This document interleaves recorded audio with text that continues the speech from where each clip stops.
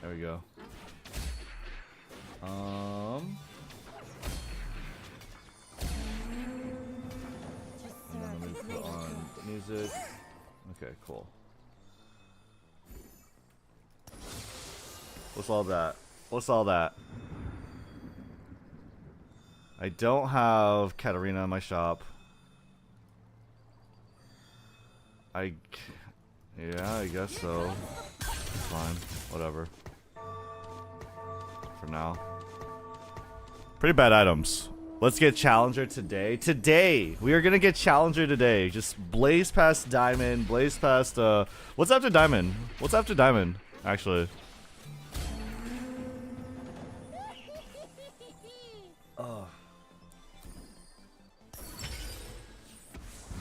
Blaze past everything.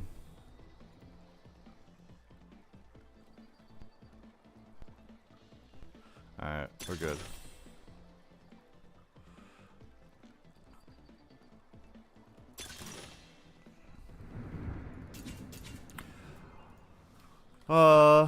Is it uplink or pumping up? It's pumping up, 100%. Okay.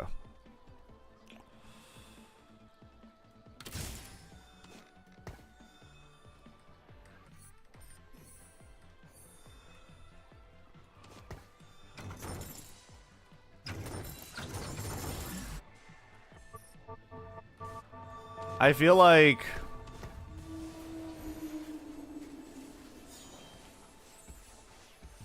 wow. Okay, I guess I'm not open forting. I was like, let me see what I can get with just 10 gold, right? I was thinking that. And it looks like this guy is practically open forting. But not really. What up, Ren? How was your Thursday, Rednu? I don't know yet. It just started.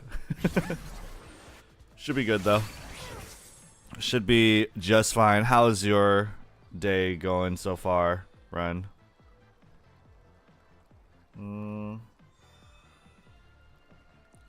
Alright, fine. Let's do that.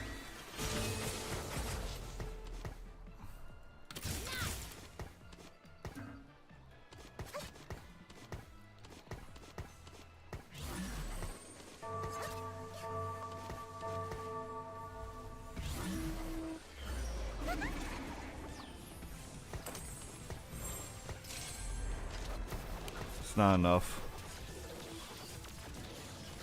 I should just give him something like that, right? Maybe a Yasuo would be good here. Yeah, but this board sucks. Hopefully my monsters can carry me.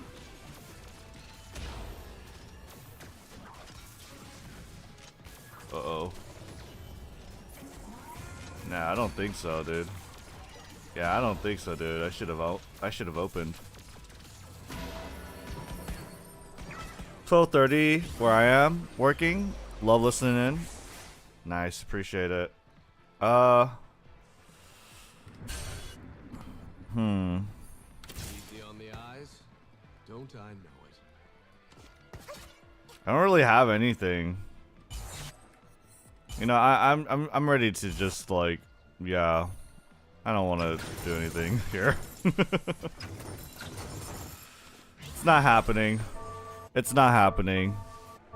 Not against esports, except maybe God of Eternals or whatever.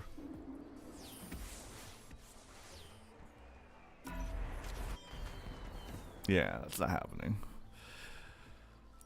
Diamond Master, Grandmaster Challenger. Hey, I'm close then.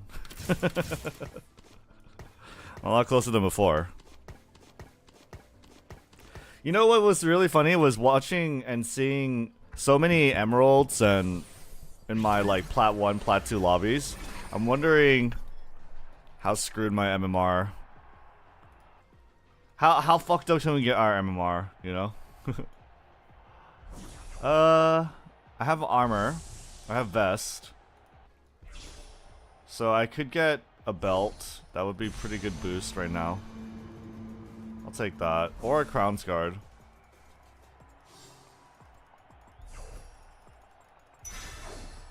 I don't know.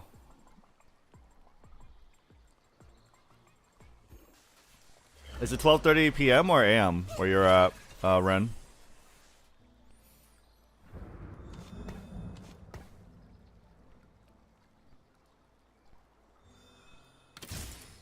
Fear not. I'm coming. 5, 6.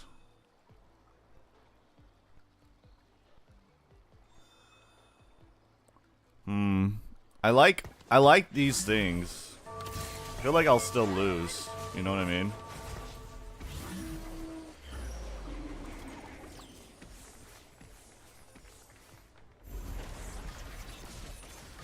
Maybe not. Not against this guy.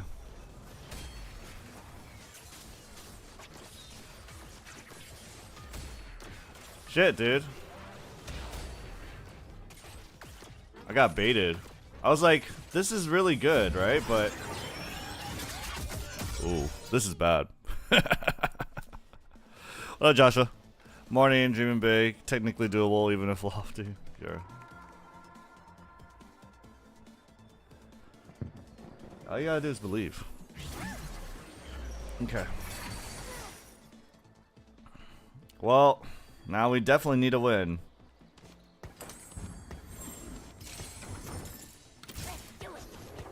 Right. This one's a little weird.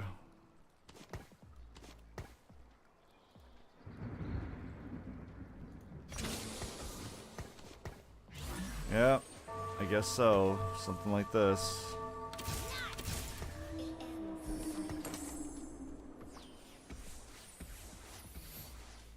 Balloons has appeared on my Twitter now. Sounds like a bug. You should get that fixed. Contact Elon Musk. At him.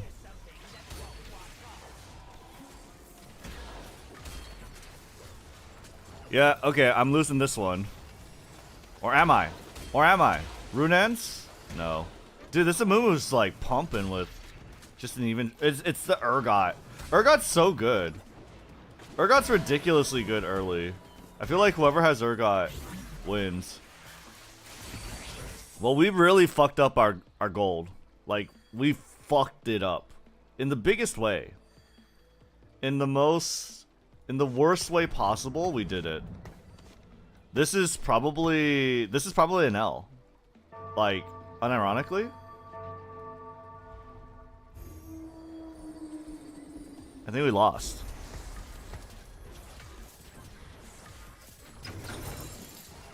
I want to buy set. If I get, like, money.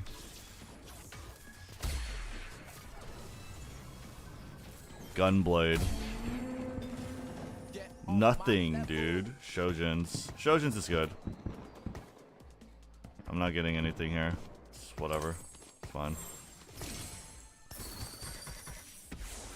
Okay.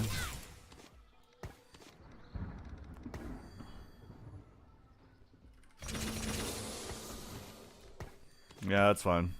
Not this one. That one.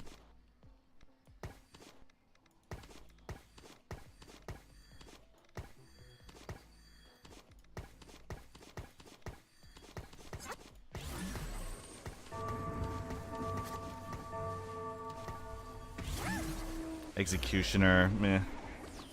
Meh.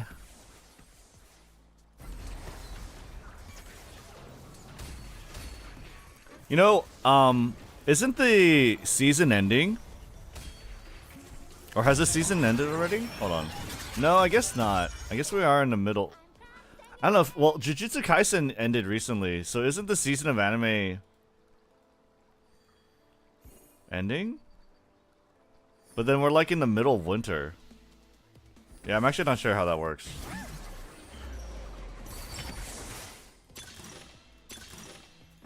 Or I'm not sure where we're at in the season, rather. How much do we have left to go in the season for anime? I only ask because we're listening to like Chainsaw Man, and I'm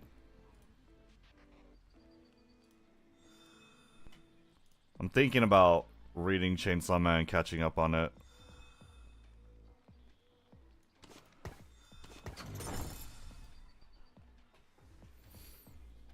We'll make interest here.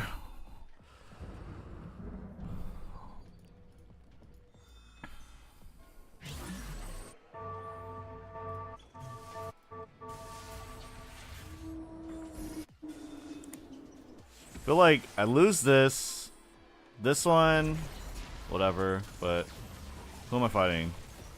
Oh, the Senna. Oh, I guess I win just because I have more monsters, more dudes, more monsters, more Pokemon on my bench. He's got really good Ari items. I feel like my items are not totally like open. It's just, well, it's Shojin's and Runan's. Runan's is not, but Runan's is very AD leaning, no?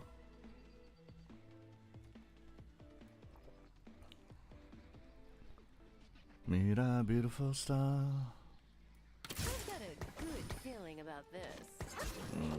I already have Big Shot, I just realized. I'll just let that one go. No idea, I don't pay attention to the season stuff of anime. Yeah, I got you.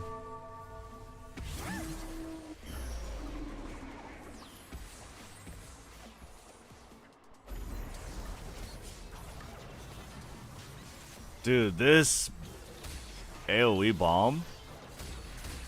Corky's ability is ridiculous.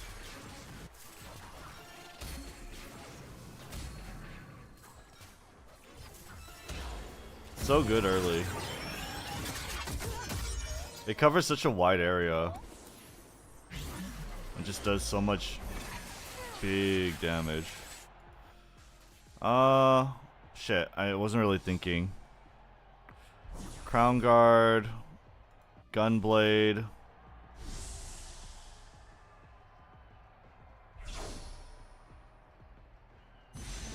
Archangel. Ionic Spark.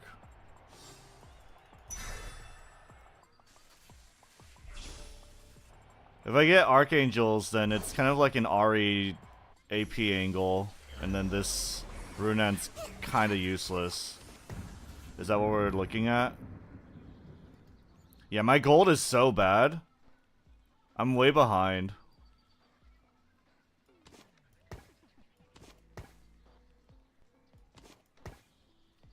I'm super behind.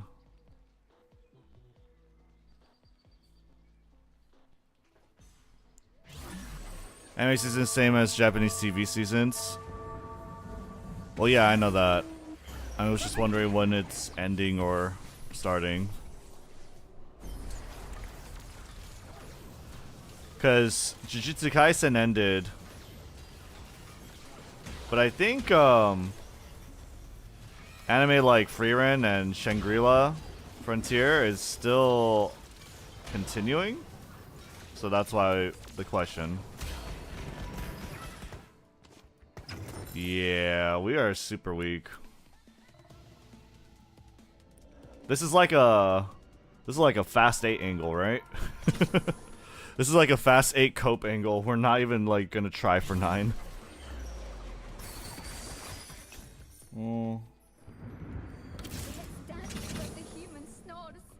No point in pushing level here.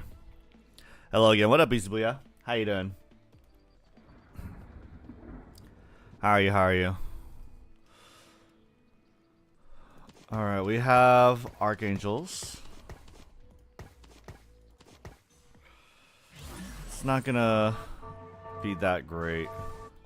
I don't know, what AP item could you really do with this? Not a lot, right? Just exhausted from work. Oh, what do you do for work? If you don't mind answering, you don't have to.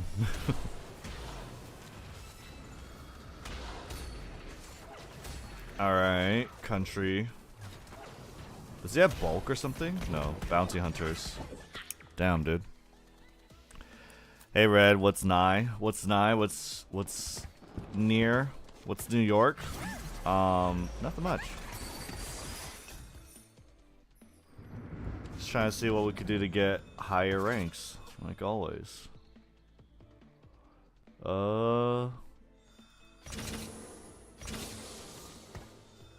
Sure. Sorry, I meant new. No, I know. Nothing much. What's new with you, Random Master?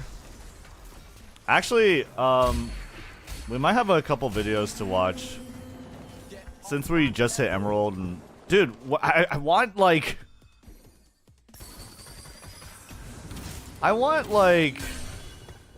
things, you know? I'm not getting things though. We getting like weird shit.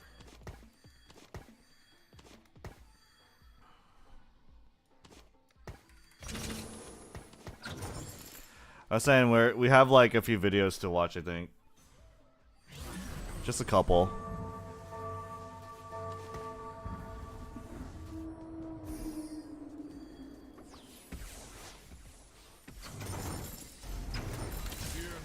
Filling in for someone at work, making juice.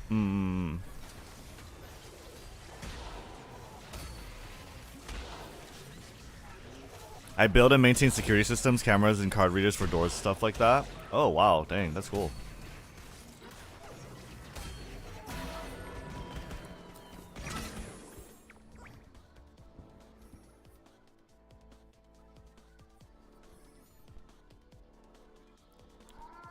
Winter season of anime began yesterday. Oh really? A new season of anime began? Oh. Day job is in the production sector of a paper company. Weekends after work.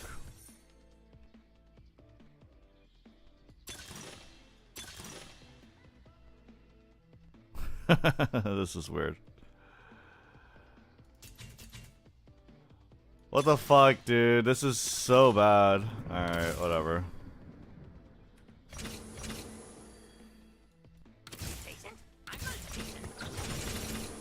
Alright, let's just see what we got.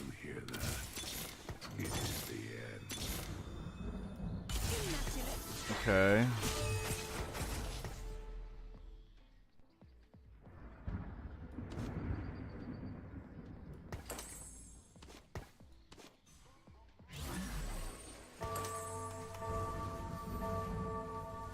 You get rid of Superfan, right? We have some really bad stuff. Yeah, on one hand we have like Archangel Step, on the other we have like Runan, so I might as well just take this, right? So that's how I saw it. It's pretty ass though.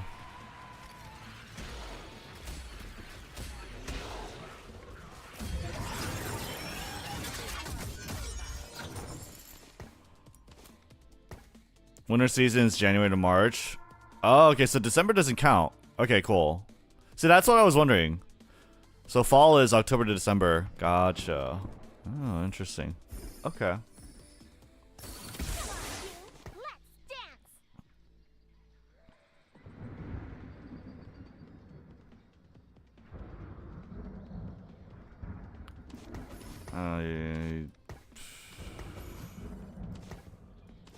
Whatever. I don't know. I don't really have. I want to get rid of Superfan, but just on principle. But it doesn't really matter. Yeah, we have a weird comp. For sure, we're gonna like fall off. Work will be slow for a while because we have one working press at the moment. I see. By the time I run the God of Ka channel, last post was the new channel intro. Oh, that's cool. You know about like YouTube channel?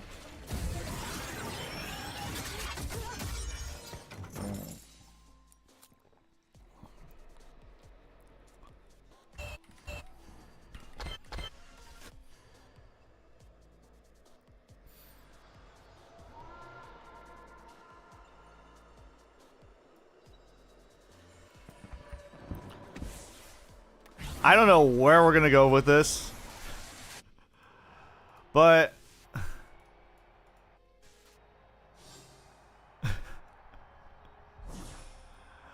no, yeah, I have no idea where the fuck we're going with this. I'm not gonna get that, so I guess I want the bow. And I'll slam Ginsu's on her? I don't fucking know, dude. This is bad. I feel like I'd rather have Disco, just with the items that I have, you know?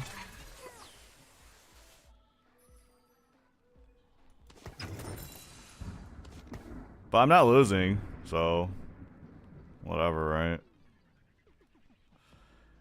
If it works, it works. I need to get rid of Superfan so I could slam it on her. But yeah, I'm not too sure. There's nothing here that I want. None of these are good. Oh, okay. Gotcha. That's pretty cool.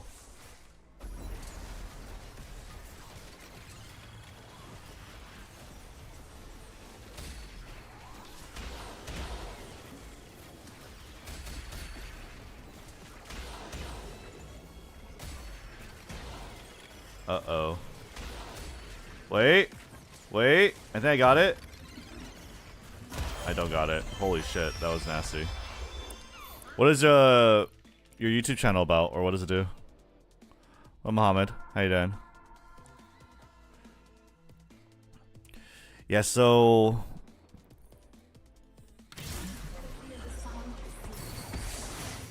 I wonder what's coming up on winter season anime. Maybe we should take a look at it. Big Shot, Executioner, Mosher. I don't have Heartsteel. I don't have anything, dude. It's like everything is kind of like complete. It's already done. Let's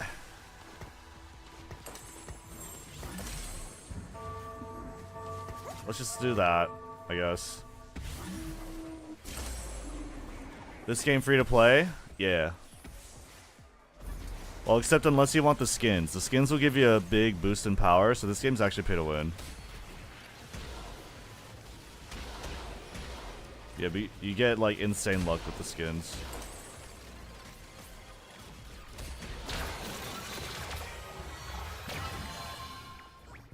It's 4 gold.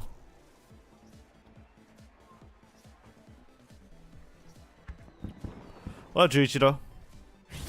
Classroom of the Elite Season 3 is supposed to be coming out. Oh, I never really got into Classroom of the Elite.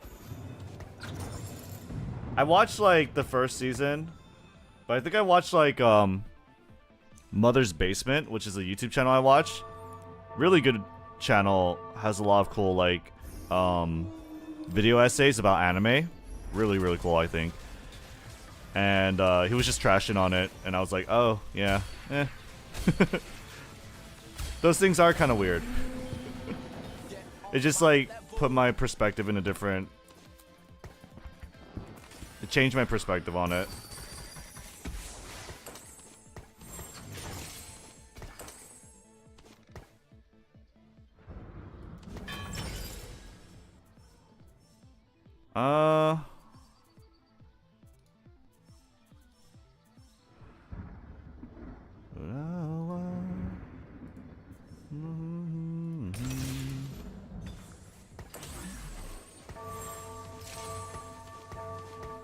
We're definitely not hitting 9, right?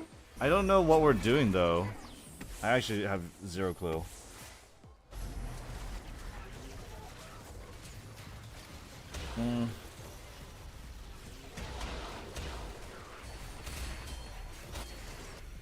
Spellweaver. He has the Ari. Super fan. I feel like we sell yeah, we're gonna die. We sell Caitlyn. We try to get Disco TF with a bunch of stuff. Basically. Right? That's fine too, actually. Let's get this party started.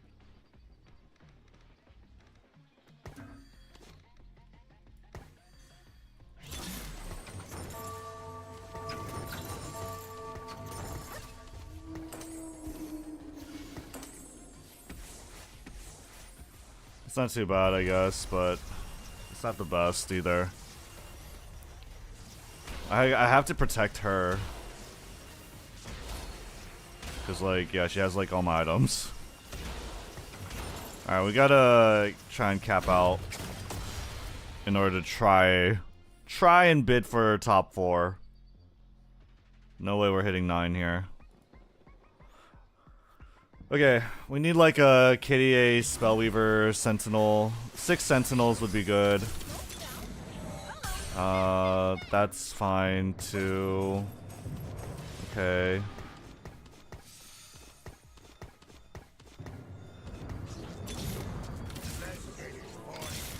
It's not what I want.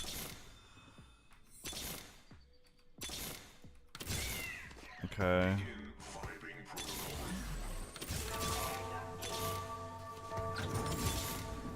We are totally dead.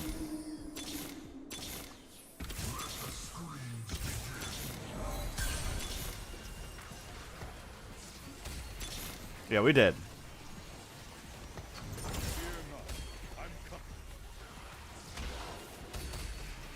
Can't even get like an Echo 2-star.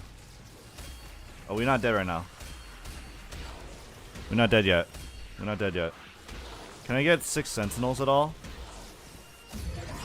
I need like Cassante. I was a little demo. No AP items. That's wild. I'll just grab this for her, I guess. Sentinel. These 2. I need 3. 1, 2, 3. I guess we get rid of... Yeah, we have to get rid of her for 6 Sentinels. Come at me. I'm dancing, happy. Man, get off my stage.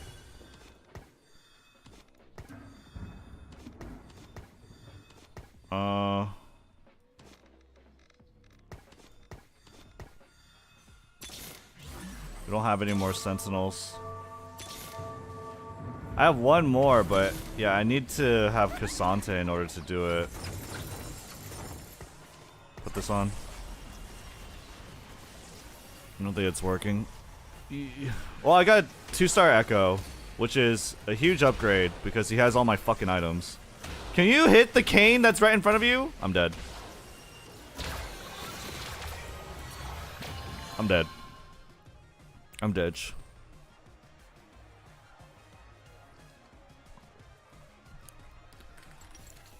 Video games are just consistent to put out. That's true. Alright. I feel like video games are like what every big channel kind of retires to. You know what I mean? It's weird. But it makes sense. It's like a fresh pit of content. Pit? I don't know how you would say it. It's like it's just like a culture that keeps refreshing itself, I guess, is the idea. Cause like, if you look at like, I just found out that this guy, Epic Mealtime, I think he's called Harley or Harvey, one of them, right? I just realized that this guy has like a podcast, so it's like podcasting and like video games. But I guess he doesn't do his Let's Plays here. But I'm pretty sure if I look at his other channels, if he has other channels, he has like a Let's Play channel. I can't find it, but whatever. I just realized that he's still active, you know? 2 days ago, he's still active. Epic Mealtime. This is like peak old fucking YouTube. 12 years ago, 13 years ago. peak YouTube. I just, like, this was like totally blocked out my mind. I never really watched too many of these videos, but of course I knew the memes, like, you know, like bacon, more bacon, you know? So, it's, it was interesting. Damn, YouTube YouTube was a thing. YouTube was a thing 12 years ago. Play Mobile Legends? Nah. Original Epic Mealtime completely fell apart, so you had to do something. Well, I mean, yeah. I mean, eventually you're gonna run out of bacon, right?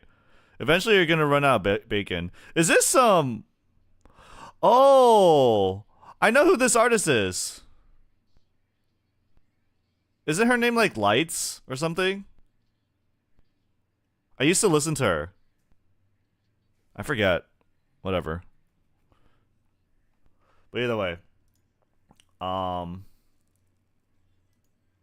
Yeah.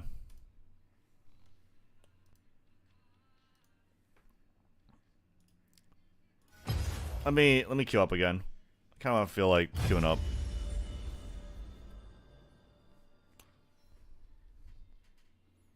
Actually, you know what? Let's do some reacts.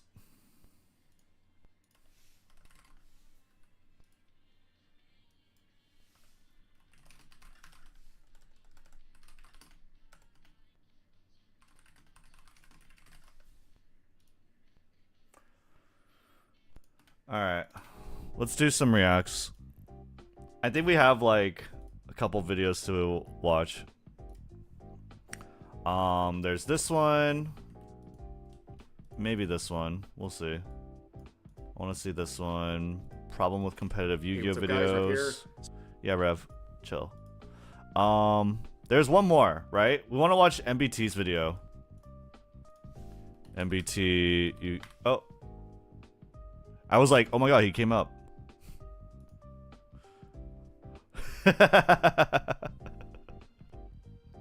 This is an interesting idea, an interesting concept. If you make me laugh, I automatically concede. So he's doing like a media share? Is he doing a media share? It's like a nice twist on you laugh, you lose. That's kind of funny. But anyway, he had like a discussion video, right? Yeah, let's talk about that. Okay, yeah. Let's take a look. Let's watch some videos. Okay. What's this one? Okay, so this one is from a VTuber I follow, Meow Miyazawa, and says over here, important update, no more Yu-Gi-Oh. Wanted to check that out real quick, see what he's talking about. So, let's take a look. Hey YouTube, it's been a while since I made a video on this channel. I come to you with news. A decision I've made on Twitch, Twitter, and Discord. I've given up on Yu-Gi-Oh content creation, and have decided to venture out into the world of variety streaming. But that's gonna be tough. It's tough. I don't know, just from my perspective as you know, someone who's also trying to play other games other than Yu-Gi-Oh! I feel like variety or like playing other games, I feel like you have to one-trick a game almost to kind of get your name out there and build a brand, because it's hard to do it with variety gaming unless you're like pumping out consistently good videos of you reviewing other games, or just like really funny videos of like different games, I guess, you know, which is like easier to do with the VTuber personality for sure, I think, because you build your brand, the idea is you build your brand around your personality. But I don't know, variety gaming is a tough one. It's definitely really tough, but start with the why. You know, best Before of luck. we get into this video, I just want to let you know that my VTuber model will be closing its eyes a lot, and I don't really feel like re-recording everything, because in front of me is the script I wrote, which is on Google Docs, which is completely white, and I wear glasses, and the light reflects off my glasses, blocking my eyes, so the software that does my VTuber stuff thinks I'm closing my eyes, but in reality, it's just the white screen reflecting off my glasses and thinking my eyes are closed, so the model's gonna look weird, but you know why now. So I've been a viewer of Yu-Gi-Oh content for over 10 years now. Okay. When I was a 14-year-old in 2014, I used to watch many creators. Team APS, Simo, Team Samurai X1, Simply Unlucky, yeah, Asian Eyes White Dragon. Asian Eyes White Dragon, Watching yeah. Dude, Asian Eyes White Dragon, right now, I forget. Oh yeah, Sladra. That's his name. Oh wait. Oh, so this video is this channel is still. Oh, this channel's still Yu-Gi-Oh. Oh, huh. You know. Oh, okay. That's kind of cool. That's crazy. I didn't really notice that he was still doing Yu-Gi-Oh videos. But you know, this person, Asian Eyes White Dragon, right? Throwback. He's actually pretty active. Like I saw this channel, and I thought I saw his YouTube channels here, or like his Yu-Gi-Oh. Yeah, his Yu-Gi-Oh videos are here. What the fuck? Hold on. What? I'm like confused now. Hold up.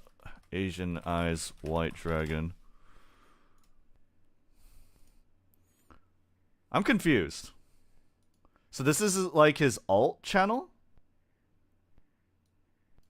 Or is this like a copycat? It's an alt channel, right? Because like he has his Yu-Gi-Oh videos here. These are 10 years ago. What are these? These are 4 years ago, 7 years ago. They both seem like things he would do. I don't know. I guess he had like an alternate channel. I don't know. But now he does Diablo. Now he does Diablo 4. And I guess just recently he's been really into Path of Exile 2, which is sick. That's awesome. I hear Path of Exile is really fun. It's like a couple people on my Discord play it. So this one, and then he's got like a little Fortnite video. So yeah, he's since branched out from Yu-Gi-Oh quite a bit, right? But apparently over here, I guess on his alternate channel, he's still Asian Eyes. He's still playing Yu-Gi-Oh, which is cool. I had no idea. Yeah, Sladra. No, it's that's definitely I don't know, a throwback, right? Creators on my phone while playing. But I guess the reason why I bring him up, because Meow brought him up, and it's funny too because I think I saw like a Twitter thread on. Yeah, I got a Twitter thread recommended to me by I think Scarlon, right? And they were complaining about like Master Duel and Maxi and everything. I feel like a lot of people are getting a little disheartened by Yu-Gi-Oh! Very recently too, which is funny. Dragon Ruler mirror matches on duelingnetwork.com. Okay. I think that was 2013 actually. Yeah, that's now that I think 2013. About it. Yep. And somehow getting my butt handed to me by my rival in high school. I always hated double Sendayu. Anyway, the point is I've seen YugiTube evolve. It was a vastly different place to what it is now. And honestly, I don't really enjoy it anymore. The atmosphere of Yu-Gi-Oh! Content creation boils down to 4 things you can do. It's Master Duel. Master Duel is the craziest thing. It's like the biggest wave that of life that Yu-Gi-Oh has received. Master Duel is the biggest wave of like resurgence of life of new things that Yu-Gi-Oh has ever received, especially in the world of content creation, because now you have like Distant Coder pumping out videos like every day. I think it's daily, right? Is it daily? It's like, okay, sometimes it's every 3-4 days, whatever. But like he's pumping out videos about Master Duel, right? And Distant Coder isn't even like a he I don't know if he prefers Master Duel to like, him being a judge and doing the manual content, because he knows Yu-Gi-Oh very, very well, and he's like very in depth and with his knowledge about it, right? So I'm pretty sure like Master Duel, especially with like the ban list and how it works, is like totally ass. But I have no idea. I don't watch him too much to have a good grasp of his opinion. But it's like, what I'm trying to say is, right now, Yu-Gi-Oh and Yu-Gi-Oh content creation is like focused almost entirely around Master Duel. And here's why. Like, a lot of people are wondering like, oh, well, why don't you just do like a dueling book, right? Why don't you do Dueling Book? Why don't you do Yu-Gi-Oh! Omega? Why don't you do these free versions of Yu-Gi-Oh! Whatever the fuck to showcase Yu-Gi-Oh! Well, it's because nobody knows and understands how those things work. Like an audience, a YouTube audience, a Twitch audience, they're not as like they can't understand what is going on in manual play as much. And also manual play has a lot of pausing, right? There's a lot of breaks in action, and you have like, you know, judges being called and you're waiting 30 minutes for a fucking judge. It doesn't work. Dueling Book doesn't work on YouTube or content creation. And Yu-Gi-Oh! Mega and Yu-Gi-Oh! Pro, all these simulators, they have way too much dialogue boxes, way too many things popping up, and they also move really quickly, way too fast. Yu-Gi-Oh! Master Duel is shiny. It has like crazy cool animations, right? Like you have all these animations of the cards just floating around and attacking each other. I can't find a single one. The chain, the live 2D, it's so much more flashier and so much more inviting and easier to watch from a viewer and consumer perspective that like nothing else compares. You cannot, there's no reason to do anything else. Master Duel is just the easiest thing you can look at, and it looks good. This is a very good simulator, and it's for me it's like unfortunate that they don't have more, you know, that they don't have more, they don't have different ways for you to interact with Yu-Gi-Oh. And so I can understand why like Meow feels like burnt out on it, maybe. I don't know. I feel like a lot of people can burn themselves out on Master Duel a lot because it's just the same gameplay, the same monotonous gameplay, and then you have fucking Max C on top of everything, just invalidating your games and like, someone dropped Max C, someone resolved Max C. Okay, well this game, no one cares. It's just you chalk it up, you wipe it out of your memory. You're basically just sitting there and looking at your chat and you're like, hey chat, what's good? What's good? Like, hey, how you doing? Right? That's how it feels. And yeah, let me swap over to the lab. But yeah, that's how it feels. Oh, we don't have chat. Give me a second. Give me a second. It's like, it's just ass. Master Duel or Yu-Gi-Oh! Content creation, I feel like is ass. It's the, like, especially these days, it's the, I don't know. It's boring to make. But I mean, you have people like MBT and you know, he's like doing like he's trying to twist it, right? He's doing like pretty cool new different things. Like he's trying to do a twist on You Laugh You Lose, right? But with Yu-Gi-Oh, which is cool, right? So I don't know. It's like it's different. It's different. It's a lot more mainstream. Not really mainstream, but it's like going that direction. And so the content itself is like kind of, I feel like it's whatever. I feel like a lot of people don't like the way Yu-Gi-Oh! Content creation is going either. But at the same time, it's like the biggest thing ever and you can't avoid it. Meta content, complaining about the state of the game, rehashing sealed series, and anime content. Meta content, complaining about the state of the game, that's me. Yeah, it's funny. I feel like it's weird how well videos complaining about Yu-Gi-Oh! Do for me. But I feel like it has to do with me being able to, I guess, talk about like what I like, what I dislike about the game, and being able to articulate it well. But yeah. Content, complaining about the state of the game, rehashing sealed series, and anime content. Rehashing sealed series? What does sealed series mean? Is that like Simo? Like when he's doing like, oh, I'm gonna climb rank with a certain amount of like Master Duel packs? Hey Leah, how you doing? Prague? Is that a typo for Pog, or is Prague a Yu-Gi-Oh thing? Prague Yu-Gi-Oh. I don't know. Wait, he has a Let's Talk video? This looks serious. Progression series? Progression series. What's this?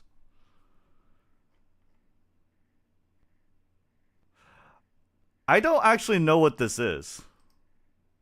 I've never watched these videos. What is progression series?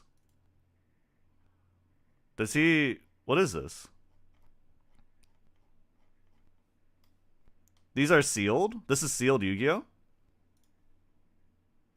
What is this? Oh, that's so cool. Oh! Order set was gonna be crazy, and like Oh, that's really cool. unbanning it just to throw me off, which would be like the best case scenario. I'll go main 1. I don't feel like being. That's really cool. I like sealed. I like draft, and the fact that Simo can like make this type of content, that's sick. I feel like you need like people to play with and interact with in order to do this. But yeah, that's cool. It's like series where you can only use cards you open. Yeah. So they start at the first box. Yu-Gi-Oh progression is they open packs over time and can only use what they pull. Right. Okay. And so he goes through all these products. That's pretty good. That's pretty sick. I feel like you need a lot of people to collab with in order to do this. I guess you don't need a lot, but you need at least some kind of personality to collab with in order to do this. So there's like a little barrier of entry here. But this is cool. I like this. And so I guess but yeah, it's like not as easy to crack into. And what else did he say? He said meta content, sealed, and then anime. Yeah, there's anime content. Anime content is like the biggest thing. Another really big thing for Yu-Gi-Oh! And anime content, from the perspective of someone who likes to play card games at a somewhat competitive level, or like, I don't know, just like, you know, you like to win, right? If you like to win, then anime content just feels like ass to do. That's how it feels for me. And I think Team APS does anime content the best, right? Team APS. He does a lot of anime content recently, and it's like with cool high production too. Like Slifer Slackers. This gotta be it, right? He's got like sick ass animation. Dude, what the hell? That's sick. He's got like cool animations. Holy crap, great camera work. He's got sponsors on this. Close-ups. Online card draft. This is a thing?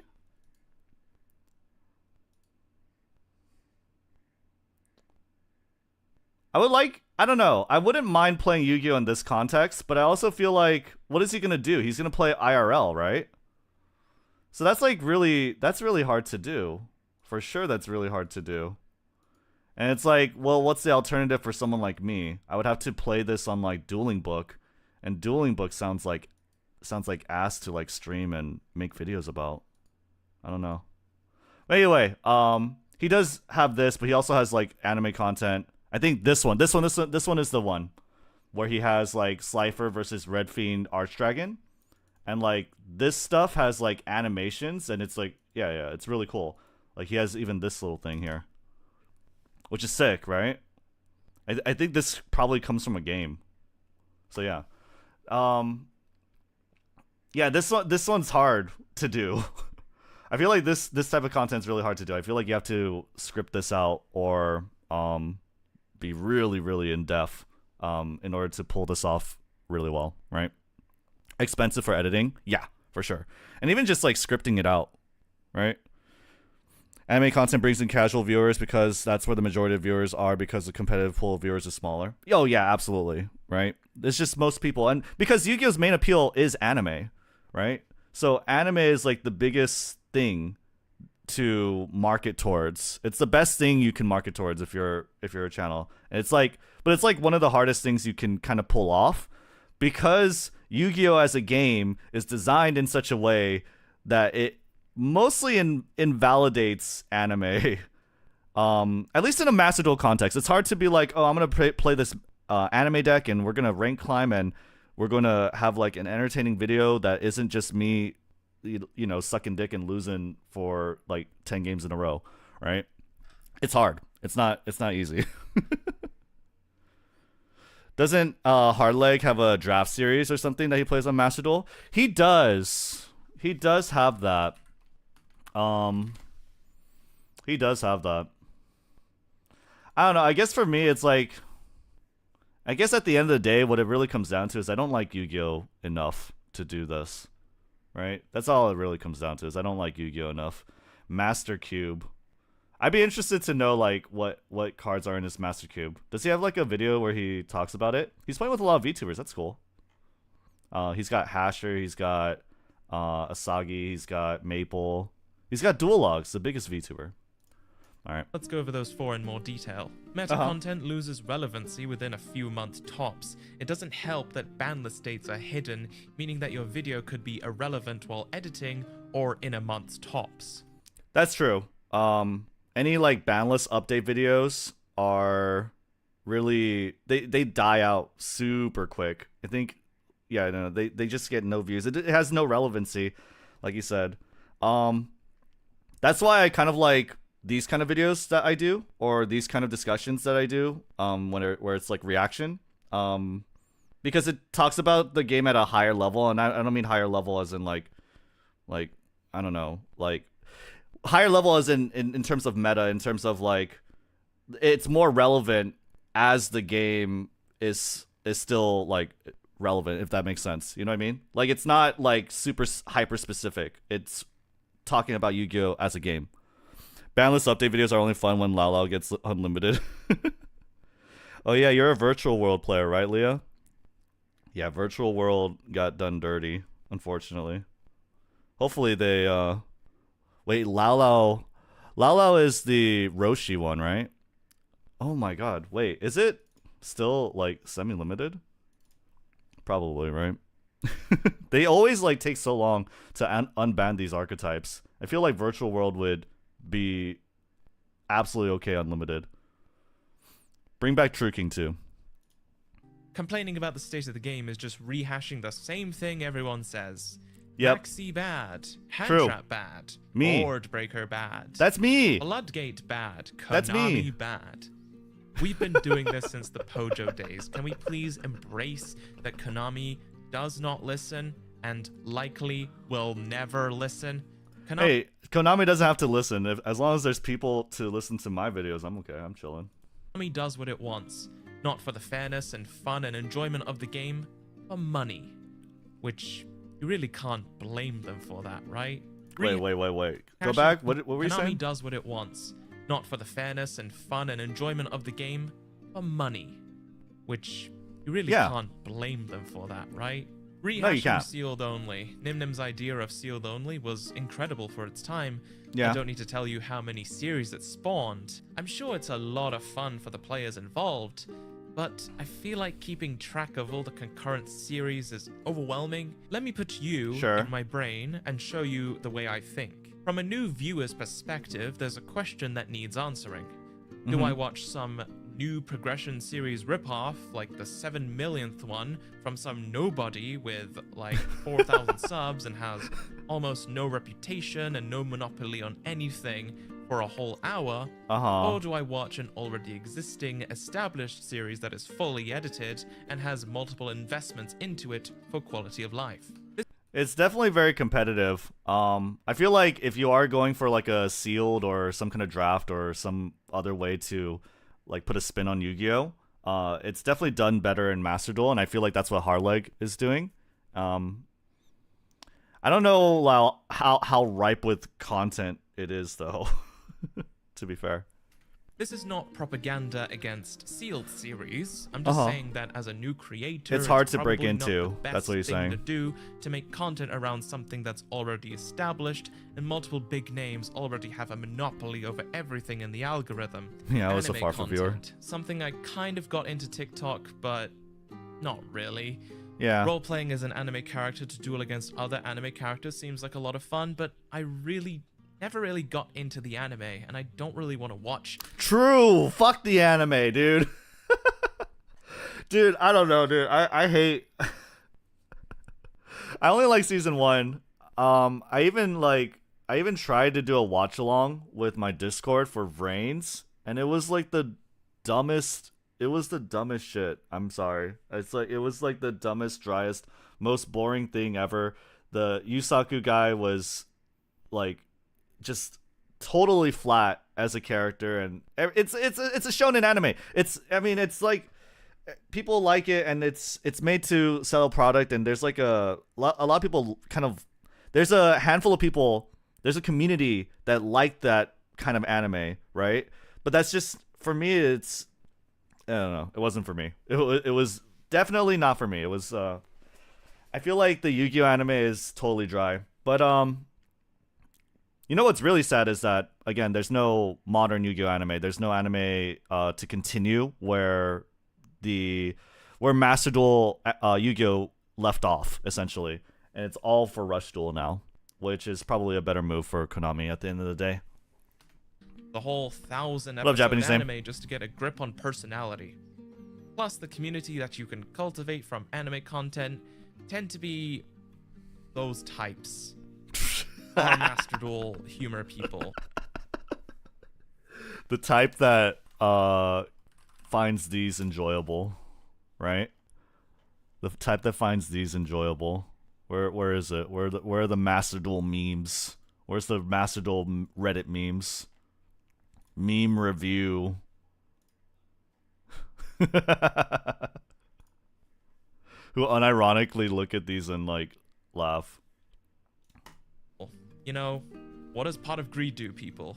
What does Pot of Greed? Those yeah. people. Just now, the recycle if you jokes, enjoy okay. any of this content, that's awesome. Enjoy Yeah. it, watch it, sleep to it. But me, I don't You're not enjoy gonna do them it. anymore. I'm just Yeah. bored of Yu-Gi-Oh content. And I want to True. make different things and be different. Mm. Aspiring to capture an audience outside of Yu-Gi-Oh! A general audience. I think I'd enjoy that more. On stream, I've been playing Cyberpunk 2077, forcing myself to not speak a word of Yu-Gi-Oh! And pretending it doesn't exist and I never played it in the first place. Honestly, Oh my god, he discovered other games. I feel like if if more Yu-Gi-Oh players just discovered that you could play other games, it doesn't have to be Cyberpunk 2077 either. There's like so many other games that are free to play. I feel like they'd enjoy themselves more, but whatever. I love it. Playing Yeah. games, enjoying the game, and having a community enjoy me and the game. I don't think that's possible with Yu-Gi-Oh! Without allowing people to straight up bully me and make me rage for their entertainment. So what does this mean for the channel? Well, not Yeah. making Yu-Gi-Oh! Videos anymore, not tweeting about it, not posting about it, That happens. but I will still be playing it. TCG and Master Duel, the regular stuff, getting max seed and getting mad about it. But my main focus will be a variety of games. Any category. Hell, I'll take those rehashed Chinese untranslated adult puzzle games, if they have a streamer mode option that turns off nudity. So yeah, no more Yu-Gi-Oh content. Bored of it. Can't bring myself to make more of it. And Yeah, shit sucks. want to reach out to a general audience and have more fun playing other games and making content around a variety of games. Cool. That's the gist of it. Thanks for watching. Good luck, for sure. Yeah, I feel like a lot of people are kind of moving away from it because like Master Duel content and just Master Duel in general is just the same thing over and over and over and over again. I feel like the only way like people would get really hyped, at least in the West, for new Yu-Gi-Oh content is if Max T gets banned at this point, which is never gonna happen. It'll absolutely never happen. But I feel like I see a lot of content creators kind of gravitate away from this, and some people have been very successful at it. Some people like me are still struggling and trying to figure out like what they want to do. I think people like Leah, right? Leah, you have like really cool content now that's like totally removed from Master Duel. I think you like look at like Reddit memes, right? And there's you have a lot of discussion content videos, which I think is really cool because you were able to convert your audience from Master Duel into these things. So, and I feel like that's definitely better in the long run. I think that's definitely better longevity-wise, and I think that also is it's a really cool, how would you say? It's a cool maneuver, I guess. Femcell content, there you go. Yeah. So I feel like a lot of people are like starting to gravitate away from Yu-Gi-Oh because it's the same stuff over and over and over again, and it doesn't really look like there's like it's gonna change. You know what I mean? It doesn't look like it's gonna change at all until it does, and when it does, then I'll probably be back. Like if Max T ever gets banned, I'll be back. But that's like. It's like, yeah, let me just wait for like the North Pole to melt or some shit, the ice caps, right? It's like there's not a lot of that's not gonna happen. My audience was never there for Yu-Gi-Oh though, because I never made it just about Yu-Gi-Oh and just openly shined the game the whole time. That's true. There you go. For me, it was only about Yu-Gi-Oh. So, but that's not the best idea for sure. But yeah, good luck to Meow. Hopefully everything works out for him. All right, let me hop off on that, and let's do some Paul reacts. I think they need to let us have rewards for playing in duel rooms. That would fix Master Duel for me. I think they should, like, Master Duel rooms just need so much more. Like, why can't you create your own ban list? The functionality is there. If you play any events, right, they customize their ban lists, right? The functionality is there, right? Why can't you just, like, I don't know. It's just so weird that they don't give you customization options. You can have your custom ban lists. You have the most minimal, like, way you could customize the game, like life points or deck size or whatever for duel room. When you, like, you could, like, the functionality is totally there, but it's just they don't care to do it because I guess, I don't know, it's hard. I don't understand the justification. It's just that the game feels like a very light version of Yu-Gi-Oh! Simulator, unfortunately, right? Yeah, it's unfortunate. It's just bad. All right. So we have Paul's video over here. The problem with competitive Yu-Gi-Oh! Videos. I think this feels like it's going to be a call out to, like, Yu-Gi-Oh! Community and talking about competitive Yu-Gi-Oh! Content. Let me see. Making in-depth competitive Yu-Gi-Oh! Content can be a difficult task when you're fighting against the pressures of internet video consumption. Yes. Okay. So this is, like, in the context of, like, making competitive Yu-Gi-Oh! Videos and, like, how it would like vibe with an audience, right? Competitive Yu-Gi-Oh! Videos would suck dick, obviously. And it goes back to what Leo was saying, right? Competitive videos and the competitive community is so much smaller than what is casual and what Yu-Gi-Oh! Mainly appeals to, which is anime viewers, anime watchers, right? The pool of competitive players are so much smaller. The pool of people who consume competitive Yu-Gi-Oh! Videos is so much smaller. It just doesn't make a lot of sense. And not only that, like, it's shit content. It's hard. Competitive Yu-Gi-Oh! Isn't super in-depth, and it isn't really, like, engaging, you know? Especially in the Master Duel context, it's like, okay, he dropped Max C, right? Fuck me. And when you do have a game that isn't invalidated by Max C, then it's like, okay, well, did you draw the out, right? Were you able to make your turn one setup? Oh my god, he had imperm. He had imperm on my second summon. That's crazy, right? It's like there's not that much variety in it. And so competitive, I feel like Yu-Gi-Oh! Is much better as a for fun game, as a casual viewing experience.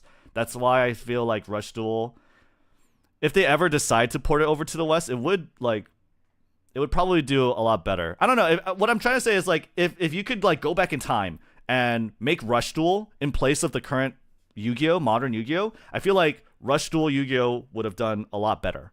And it makes a lot of sense because Rush Duel is, like, Konami's opportunity to learn from all their mistakes with this form of Yu-Gi-Oh!, right? There's no audience because nobody cares. Exactly. Nobody gives a fuck about competitive, right? The only successful competitive player who makes content is Josh, and he's European, and they'll let Rika top. Yeah, because he's got everything to back that up, right? Right? He's got everything to back that up as far as, like, his brand of content. It's like, I'm the competitive Yu-Gi-Oh! Guy. And I feel like, honestly, there's only probably room for one guy there. I feel like there's only room for one guy there. I feel like the people who are into competitive Yu-Gi-Oh! They get their fix of content with Josh. Hey guys, Paul here. Happy New Year. Let's go. Hopefully you guys are enjoying your 2024. Today I wanted to talk about a topic that I saw discussed on Yu-Gi-Oh! Twitter recently, and that is the difficulty with making competitive Yu-Gi-Oh! Content on YouTube. To be more specific, the difficulty with making in-depth, long-form competitive Yu-Gi-Oh content on YouTube. Ooh. So this started because somebody had How do I get spicy Twitter threads? How do I get spicy Yu-Gi-Oh Twitter threads to pop up on my feed? I feel like I just get updates. I fucking suck at Twitter, dude. Oh, all right. had screenshotted a comment that was left on one of MBT's recent videos where a commenter Just start said, liking drama. I would just love it if there could be, you know, just this 2-hour long super duper guide to a specific deck, like let's say Unchained, right? That just covers, you know, I want this. I want someone to make the video for me. I want someone to make a guide for me.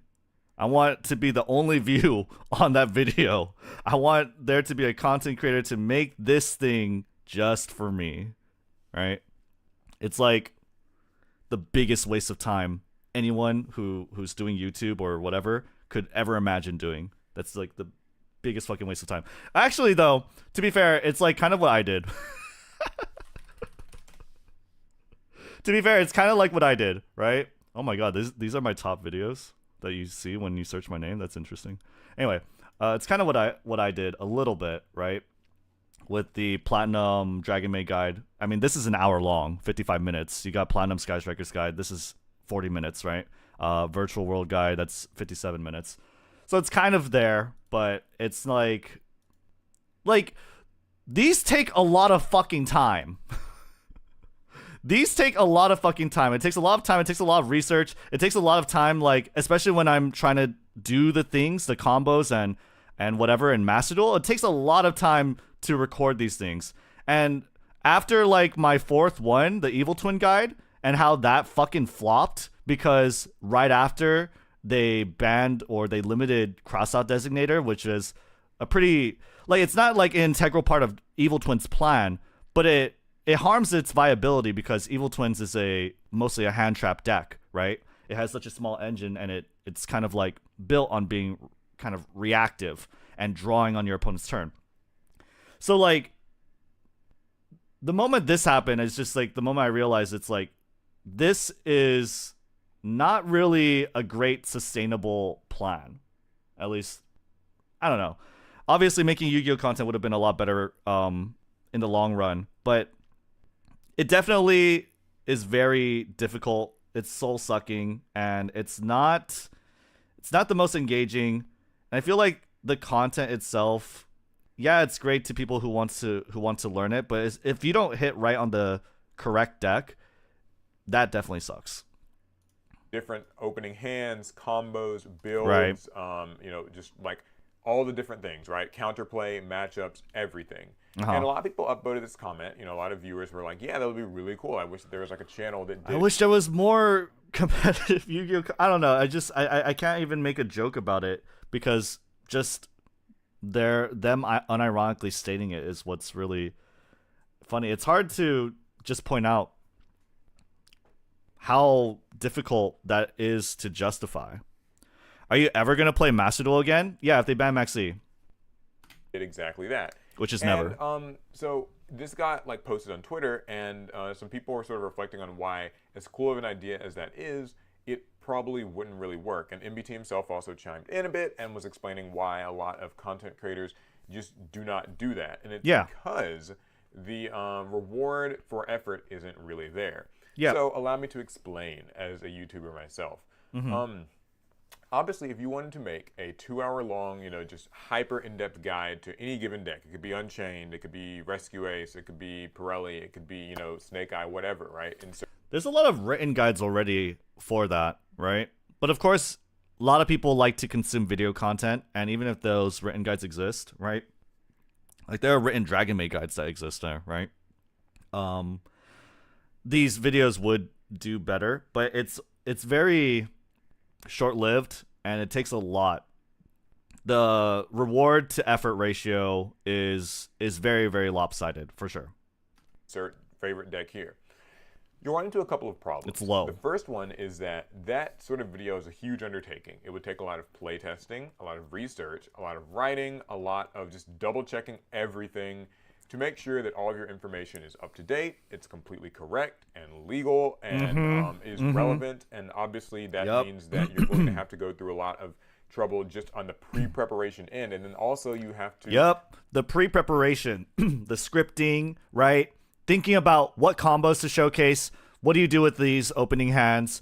And basically, you have to have like a consultant, right? You have to have like another pro. You need to have like a teammate, like hash it out with you and figure out all these things. And there's a lot of research that goes into it. Yu-Gi-Oh decks are they're archetypes, right? And the thing is, it's a lot easier to collaborate, and from a natural, it's a lot easier to come up with these solutions, these combos, and these plays from a community standpoint and in an organic way. From a content creator perspective, like, you just don't have that resource, and it's not it's way too much time and effort and research in order to put out a quality one. And by the time you were able to make that quality video, you could have probably put out like 5 other fucking videos that have the potential to pop off in a much bigger way. It just doesn't make any sense.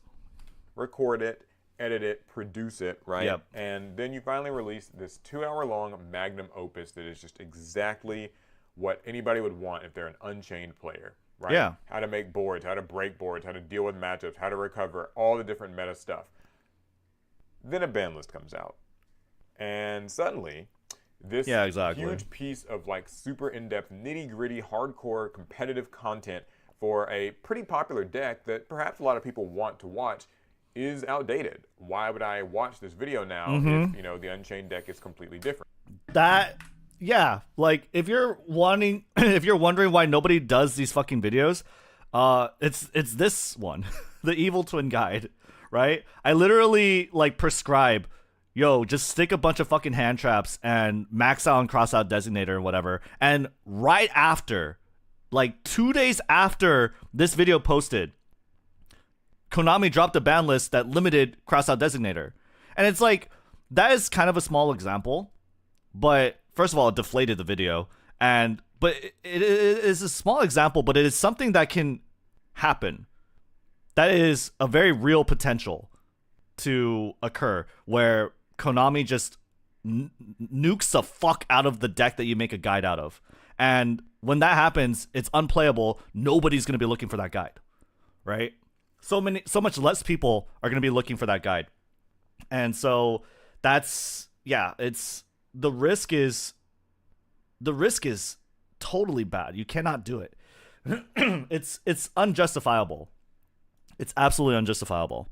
Crossout limit was so nasty for you on that. I'm so mad they limited crossout. I know, dude. Like, this fucked that video.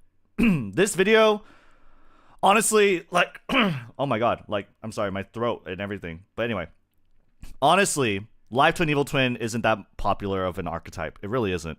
But the fact that the viability and the competitiveness and how strong it was hurt by the ban list, just arbitrarily out of fucking nowhere, it did harm it, and it doesn't make any sense. This one really deflated me in making like guide content, because Konami will release these ban lists. It comes with that warning. There's no timing to it. It's just like, yo, this thing's banned now. This thing's done. It's out, right? And it's just like, oh, okay, fuck. Fuck me, I guess.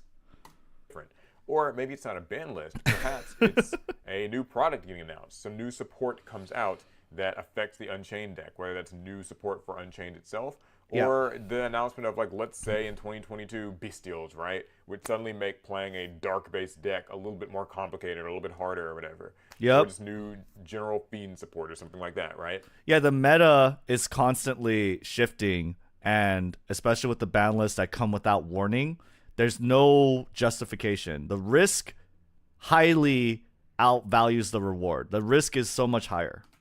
So now, all of your work's kind of gone down the drain. I mean, it could Yep. even be something a little bit more low-key than those two things. It could just be that the meta itself kind of moves on. As we know, Yu-Gi-Oh's metagame is very fluid and fast-moving.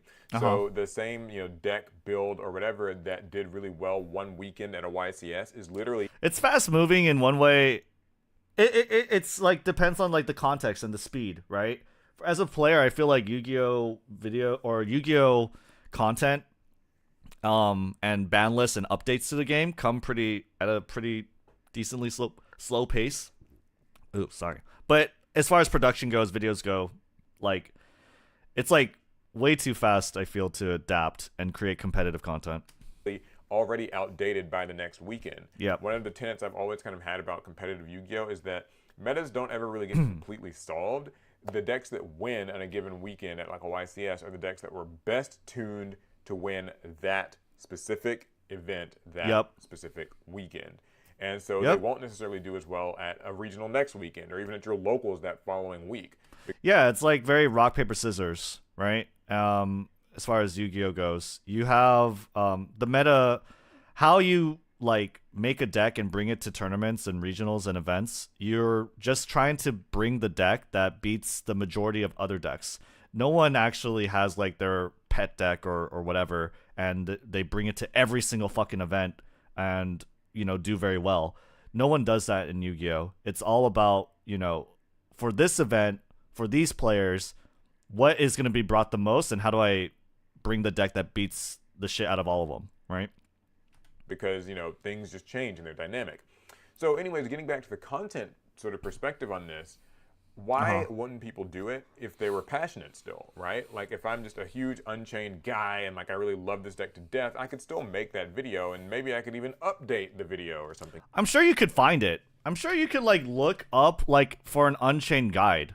Like there's some guy out there with like 1,000 subs that's gonna come up with the Unchained guide videos. They're gonna be there, right? And so now it's a question of, oh, are you passionate enough about this game? Do you like this game as much as me? It's so gatekeepy, and it's very typical of Yu-Gi-Oh community. You might be thinking, right? Like, oh, we'll just make an updated Unchained guide. That's a lot of time and effort. And the thing is, YouTube doesn't really reward videos like that. Nope. That video has no real evergreen value, right? Yep. It's irrelevant after just a few weeks, potentially. And also, if you spent that much time and you saw people just completely stop watching after a couple of weeks because something new was announced or just the meta... You also cannibalize your own video, right? Like, if you're making a guide, and then you're like, update to my Evil Twin, Live Twin guide, you're basically nerfing the fuck out of your initial video, right? It's not... It feels dumb. It feels like the dumbest thing you could do as far as, like, making content. Making updates to your own guides, that sounds like ass. Moved on or whatever. That's really, really demoralizing, and a lot of content creators were actually chiming in saying exactly that. I know of a few small to mid-sized creators who make that exact brand of competitive content.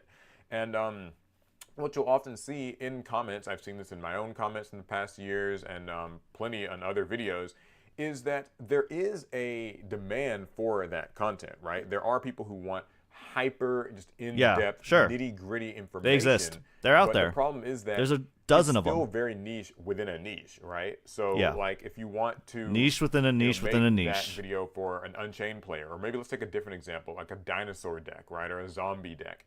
There are people who like zombies, or like dinosaurs, or like Blackwings, or like insert whatever deck you want here. Yeah. But it's a small subset of Yu-Gi-Oh players. And so you have to kind of reach them and then fight with the fact that the video itself could be outdated within weeks. And then also just fight with the fact that long form has its own difficulties on the YouTube platform, right? YouTube's really big on, like, you know, how long do people watch? Are you actually going to sit and watch this 2-hour-long This is good stuff of a video about a given deck? Like, sure, it could be really exciting and fun for the people who are like super duper zoned into that deck and like playing. But there's just not a lot of you. There's not a lot of you guys out there, right? So nobody cares. And on, you know, playing it for the whole format and going to, you know, regionals every single weekend. But for the average person, not really the case. Yep.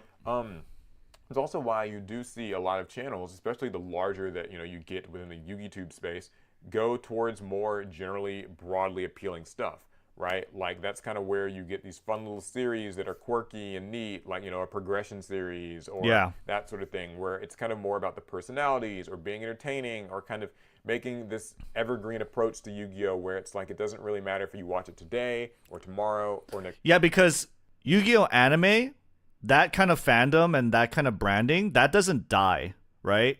How many people talk about and look and like gush over the season 1 characters of Yu-Gi-Oh, right? So fucking many.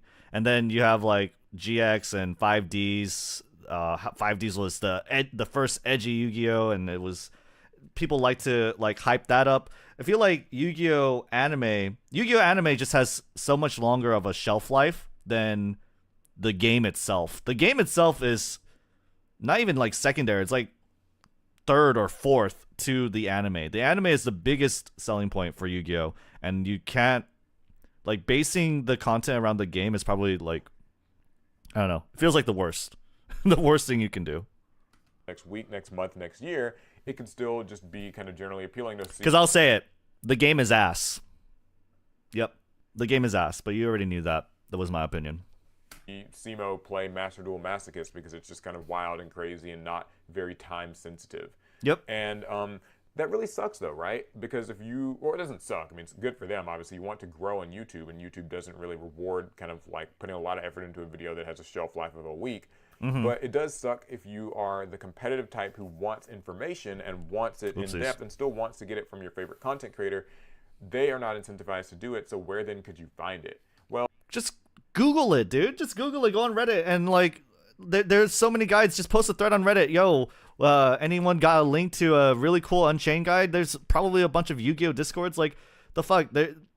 I feel like with Yu-Gi-Oh guides, anytime I try to learn a deck, right? I look at flowcharts and I look at guides, right? Like Leo said, I look at flowcharts and I look at guides. I look at the written guide because I can consume the content so much faster, so much easier, and it's right there in front of me. And there's not that much confusion with Yu-Gi-Oh. I feel like with card games, there's not that much confusion when following the guides. So it's, I mean, the content's there. It's just like, it doesn't have to be in a video. Well, MBT pointed this out on Twitter, and some other people agreed, and I've said this for a while myself, that, you know, it would be nice if there was a place for hardcore competitive Yu-Gi-Oh content that's kind of divorced from the whims of YouTube. Because while a Yu-Gi-tuber might not be incentivized to make your 2-hour-long, you know, perfect, complete Unchained guide, sorry, I just keep using that deck because it's on hand, but, you know, even though a Yu-Gi-tuber might not really be incentivized to do it just based on how the algorithms work and kind of what pays the bills, maybe there could be a site that kind of focuses on that instead. And that is where sites like TCG Player come up. It's also where kind of, you know, devout communities like, you know, your Unchained Discord or your Insert Archetype Here Discord come in. And so those do exist, and I think that that is a valuable resource. But it does sort of suck that we in the Yu-Gi-Oh space do not get as much competitive coverage and like in-depth competitive information as we probably could. And it's just because making that information is so difficult when it's really racing against the clock. Right. So, what do I think about it all personally? Because that is something I'm trying to kind of do more with these videos, is going to give my own personal takes on it.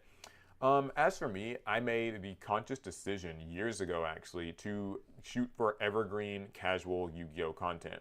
My goal on YouTube that makes a lot of sense, is to grow, and I feel like you see it in his content, is to kind of spread the general Yu-Gi-Oh gospel to as many eyes and ears as possible. Yep. And so I figured that the best way to do that would be to make, you know, much more casual, broadly appealing content that has a bit of a longer shelf life to it. I felt that making deck profiles or making, you know, competitive guides and meta-analysis just wasn't really my thing, because even though I was... Not only is it not your thing, those fucking suck. Deck profiles are ass in Yu-Gi-Oh! Nobody makes deck profiles to make it as content. What they make deck profiles for is just to like show off, hey, that's what I won my locals with, right? It's not like a marketable product. And it's definitely, it's like you cook a big meal, right? You're trying to cook a meal for Thanksgiving dinner or like the holidays or whatever, right? And the meal, whatever you make, expires right before it's time to eat. I don't know if that's, it's like such an unrealistic analogy. It doesn't make any sense. But basically, like, the thing goes bad fast. And there's no point in making something that goes bad and stale so quickly. You know, at least at the time, a very competitive player who followed that stuff.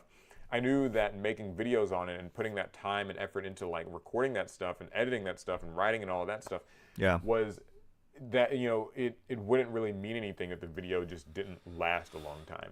Now, granted, there are plenty of channels that get by making, you know, tier lists every month or updated profiles every month. They're kind of doing that sort of thing. I'm not saying that the content itself is not useful, but just that it kind of does not it works a little bit against what YouTube itself will reward. And many content creators, you know, you'll want to grow on the platform, right? So, I guess, I don't know. I don't know that there was really like a point to me talking about this other than just to share it, because I do feel bad when I see people The perspective in is the nice. comments, like, why aren't more people doing this? Why aren't people making, you know, these like super in-depth guides to decks? Why can't we get more of that? Why, you know, why does it feel like, you know, a lot of YouTube Yu-Gi-Oh content has been defanged a little bit? It's much more like progression series, classic-y stuff, DM pandering, whatever. And that's kind of the reason. It's just because it's what works better on YouTube. And you know, I sometimes feel bad when I see But it's also much more fun and entertaining to watch. newer creators put a lot of time and effort into making like a where to hand trap guide or a super guide or whatever to X deck or an analysis of an event, and then just sort of see that work kind of go down the drain after a few days. Even, you know, when it comes down to stuff like a ban list reaction video, right? I used to do ban list reaction videos on my own, like on the main Team APS channel, but I actually stopped doing them because it's not really something that's super repeatable, right? Like the ban list just comes out when it comes out, and sure, you could get like a lot of views on a ban list reaction, but it's Like almost you get a nice spike. It's kind of like being the gas station that has the ice during the snowstorm or the power outage or whatever. People are coming to you for that because like they want the quick knowledge dump and like knowledge rush. But ultimately, they may not have like been like they might not have watched your content before then, and they probably won't necessarily watch it afterwards. If you think about how a person just consumes deck profiles in general, I mean, it's a search and discovery thing. You want to find a Dino deck for January 2024, you type it in, you watch a few of them, but you maybe don't care that much about the channel itself that gave you the information, especially because Yu-Gi-Oh competitive content. No, that's true. A lot of the people who like look for this type of information, it's like they use it and lose it or something, or basically there's not a lot of opportunity to insert yourself and insert branding into purely informational content, right? For sure. Yeah. So quickly disseminated today too.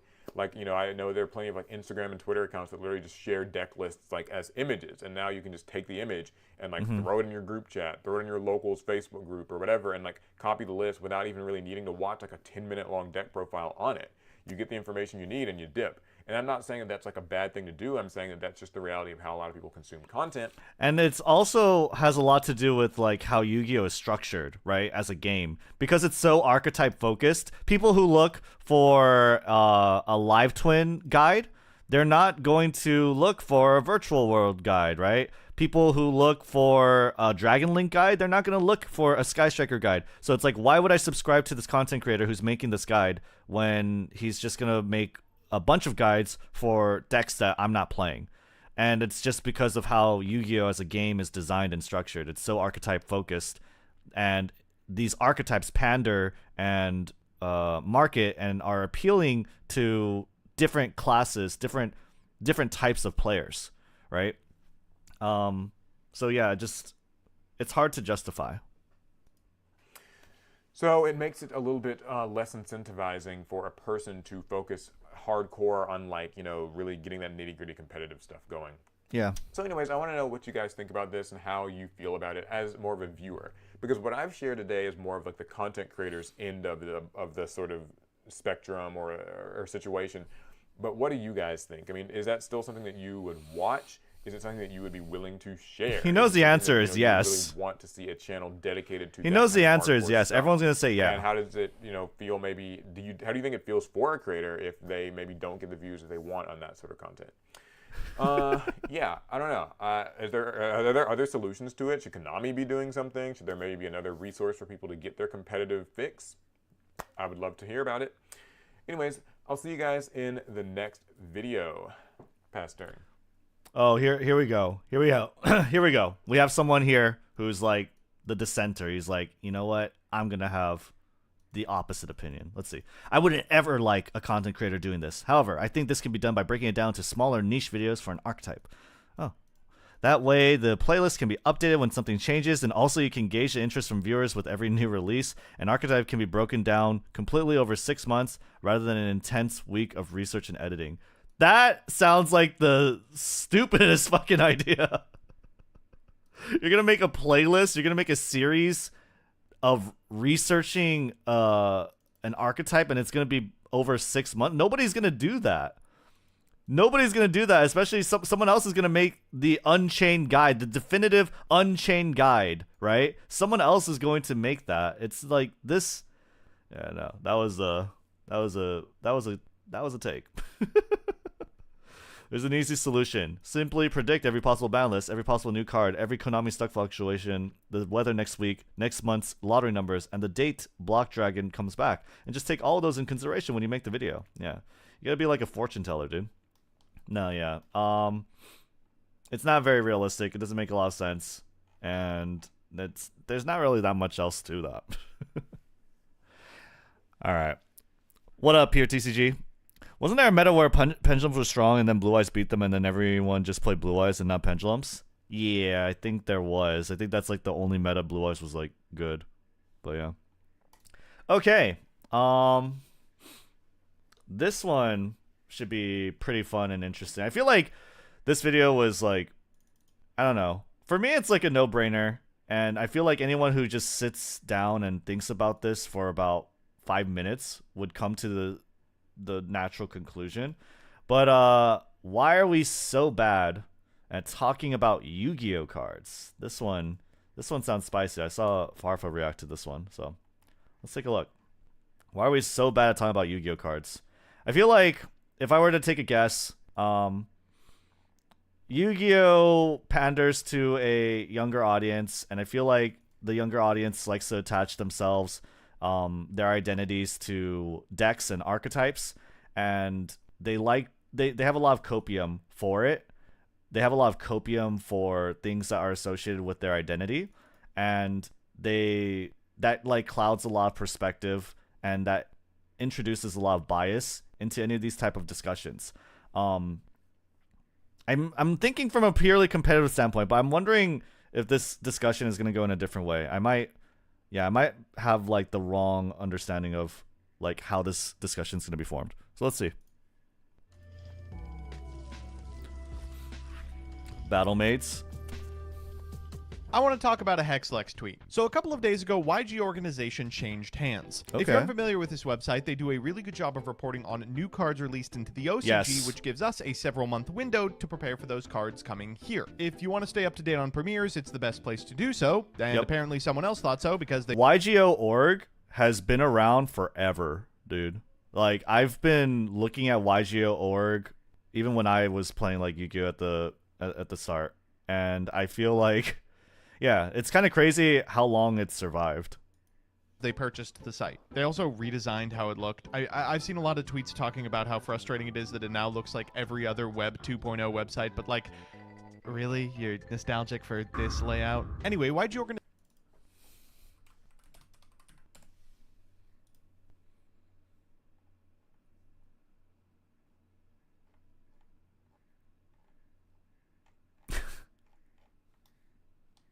What?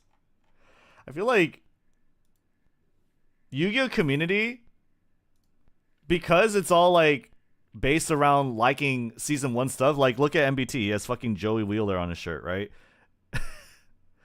They have such a hard-on for nostalgia bait and basically wanting things to never change, right? They always want to stay 12 years old. It's so weird. It's such a weird thing. Organization recently started posting opinion articles. I'm not sure if this is going to be a one-time thing or the start of a new series of articles by the previous site owner, but regardless, we got one for the new ban list, and Okay. as Hexlex points out in this tweet, it's not very... Hold on, I want to new read ban list, that. and as Hexlex points out... I know this came from an opinion piece, but rants like this are so unhelpful. Imagine being a newer player and wanting to learn more about the game and compete, going to one of the most popular Yu-Gi-Oh sites and reading this. Yu-Gi-Oh players suck at talking about Yu-Gi-Oh. So you have, it says, Mathematics Circular. I've never liked this card because it allows you to play a deck with a tiny yet incredible resilient engine that you can back up with a crazy amount of hand traps and non-engine staples, allowing for a very fluid and easy side decking and no bad matchups. I'm completely surprised. Give me a second. I'm completely surprised to see this hit. I cannot imagine why they did it. Nobody was even playing MathMech. Maybe they thought with the other hits, people would try again, or there's some nefarious stuff coming out, but I can't exactly say I'll miss this card, as it was incredibly frustrating playing against MathMech, where you figure out a way through, play perfectly, they fall for a bait or something, and then oops, they also had an Ash, so you lose. Stupid deck exists because of stupid card. Imagine being a newer player and wanting to learn more about the game and compete, going to one of the most popular Yu-Gi-Oh sites and reading this. I don't know. I don't really see that much wrong with that, because he's tying his personal feelings into it. Maybe it's like too much of an opinionated piece. Is that his critique? It's like, you know, I don't really get it. I feel like Hex probably likes MathMech. I don't really I don't know. I don't see the problem. It's not very professional either. Yeah, but you're like, it's all about a children's card game. I mean, of course not, right? I don't know. It doesn't feel like Yu-Gi-Oh is that kind of environment for like to be super professional. You know? Like, you have a card game that is literally based on an anime marketed towards children and younger teens, right? It's not going to be the most highbrow thing. It's not going to be like Magic the Gathering, where you literally have a game that was built for neckbeards. It's not going to be that. Eventually, people outgrow Yu-Gi-Oh. I don't know. This tweet, it's not very useful. This article is meant to be a bit of an explainer for the new Yu-Gi-Oh! Forbidden Limited list that goes into effect on January 1st, 2024. And it does so by going through each individual hit and offering a little bit of the author's insight into why that hit happened and what it means for the upcoming format. Except it's not written as a technical text explaining a ban list, it's written as like a giant bomb article. And this kind of... Shit. There's gamer-adjacent AVGN-style takedowns just sort of peppered in with actual insight, and as a result, it occasionally ends up a little difficult to read. Now, Hexlex condemns this just a little bit, but I want to get out in front of the hate. I think this article is fine. I think this article is very successful at what it sets out to be, which is one person's sarcastic takedown and opinion piece about the new list. It's an article about Yu-Gi-Oh! What are your expectations? Resultant discussion, however, I found that people not only thought the article was bad, but they didn't really have a good vocabulary for explaining why it was bad. That's because they couldn't separate the badness of this article from the badness of over a decade of Yu-Gi-Oh! Content. This article is just one more in a pattern of years of Yu-Gi-Oh! Reporting that has largely usurped informative articles with content creator-style sarcastic jabs at whatever they're talking about. This kind of begs the question, why are Yu-Gi-Oh! Players so bad at talking about Yu-Gi-Oh! Cards? So MBT is asserting that the content creation space, the YouTube space, and just like making content about Yu-Gi-Oh! And the game revolving around that is what pollutes and drives the discussion, the tone of discussion for Yu-Gi-Oh! I mean, I guess so, but I feel like the fact of the matter is there's just not that many people who play Yu-Gi-Oh! At a truly competitive level, right? Like, yeah, you have like Yu-Gi-Oh! Teams, obviously. You do have Yu-Gi-Oh! Pros, but they're not winning any money. And if you're not like Joshua Schmidt making and pumping out Yu-Gi-Oh! Like YouTube videos about this content, you're just not making a living, right? You're not making a living. You're not making good stuff. Whereas like, no, you're not exactly making a living as a Magic the Gathering pro either. I feel like that is pretty difficult to do. But there's just a lot more people invested in that, and from an older crowd, and there's a lot more, at least the promise of financial incentives are there, right? Because they have pricing around, around just money instead of prize cards or Nintendo Switches. I don't know. The community, the community is just not there for professional content, for how would you say? Just really professionally delivered things, right? I feel like the community is just not there. Yu-Gi-Oh community is full of too much ego and arrogance. Yeah, I mean, I feel like Yu-Gi-Oh community is just always in its, like, always has a bunch of adolescents, right? It's not like, it's not the most highbrow thing, I guess. I feel like it's something a lot of people outgrow too. Articles like the one in the Hexlex tweet are so emblematic of just how weird Yu-Gi-Oh! Reporting has gotten. Discussions of cards are so often framed in the language of, oh, thank God this card is gone, I hated playing against it, or this card made me feel like an asshole, and so infrequently in, like, terms of this card is good or bad for the upcoming format. So today, I want to interrogate... I guess it's like a self-fulfilling prophecy, you know? It's something that feeds into itself. It's like you don't really have a bunch of good content out there from a professional or from a more mature standpoint. So the people who are looking for that, you know, usually they're a little more mature themselves. They're not going to stick around. So, but I feel like it just has a lot to do with the game. The nature of the game. It is a marketing, it is a product that's marketed by an anime which is marketed towards kids and younger teens. That's what it is at the end of the day. And I feel like there's just not... Yu-Gi-Oh has like... It's like a bait and switch almost, right? It promises competitive depth. It promises like being deep and interesting.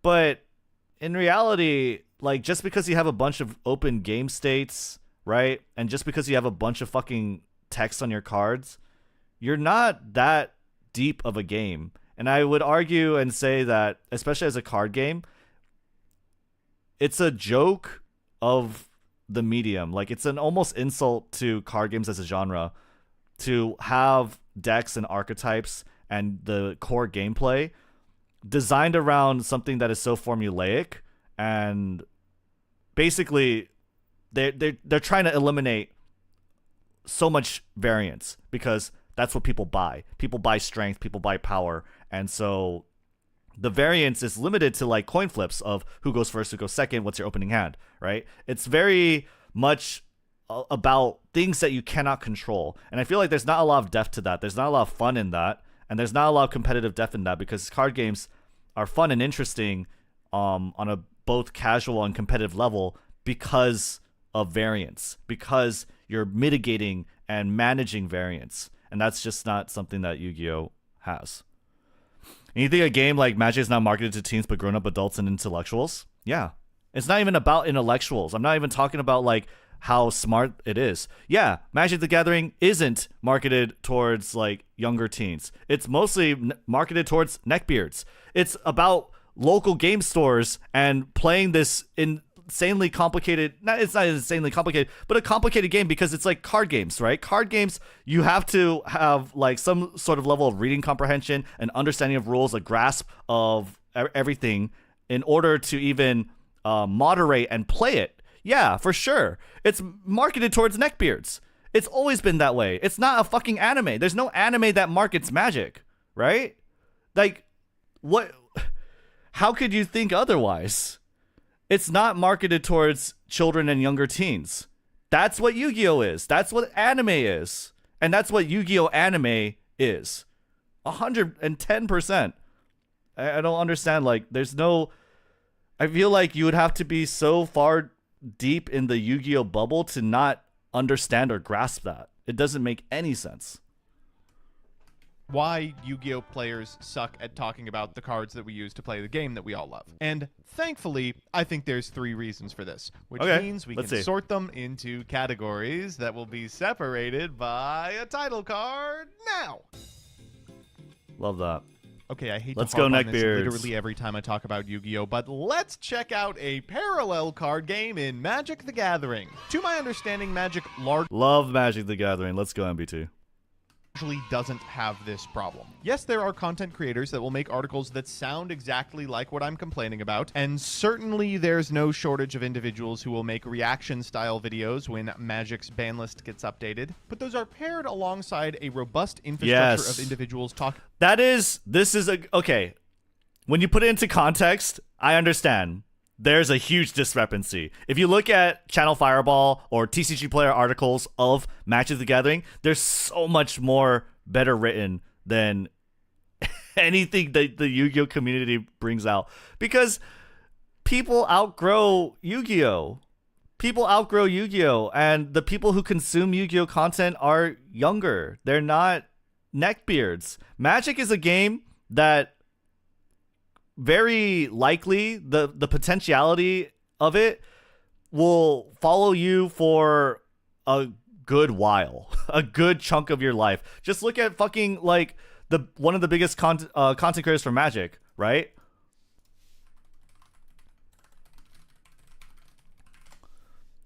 Just look at this guy, right? One of the biggest content creators for Magic is Tolarian Community College. Until you have a content creator who's this old, I love this guy, by the way. I love the professor, okay? But until you have a content creator that's this old, do not do not assume you'll get anything similar to this. Do not assume, because this guy, Magic follows you for so long. It's not the same as Yu-Gi-Oh! About what the changes mean for the various impacted formats. In my opinion, the reason Magic the Gathering players are able to have... Is Hardleg not that old? Okay, listen. Okay, yeah. True. You know what? Okay.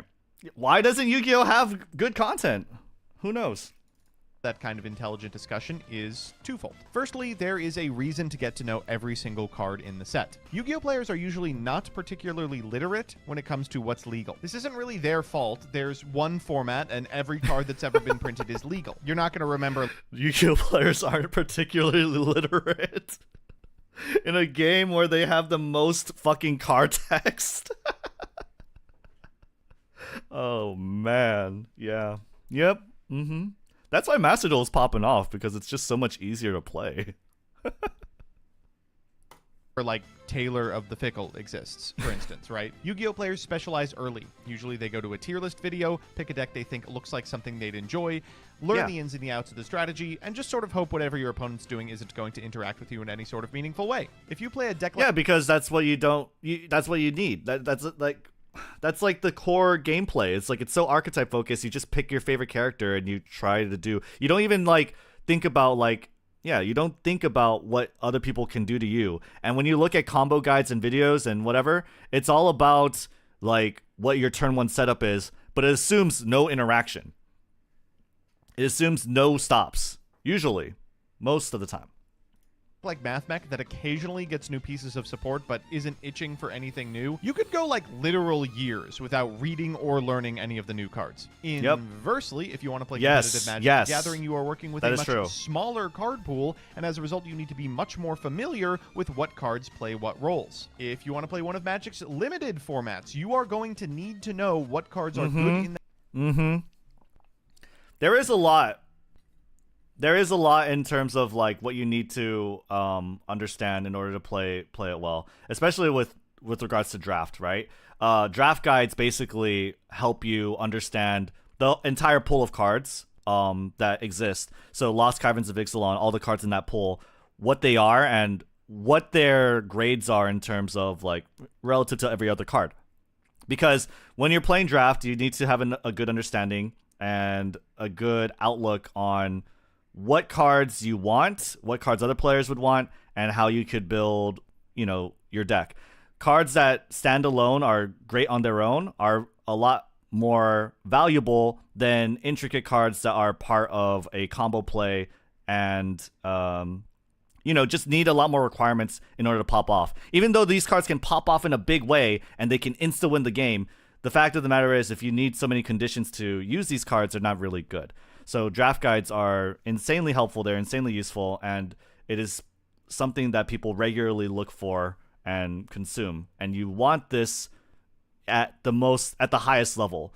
The fact of the matter is that Yu-Gi-Oh! Constructed is totally devoid of any depth, and it does go a lot with what MBT says. Is like, if you're playing a Math Mech deck, if you are a Evil Twin player, if a Sky Striker player, you're gonna go years without needing to consume high grade competitive content.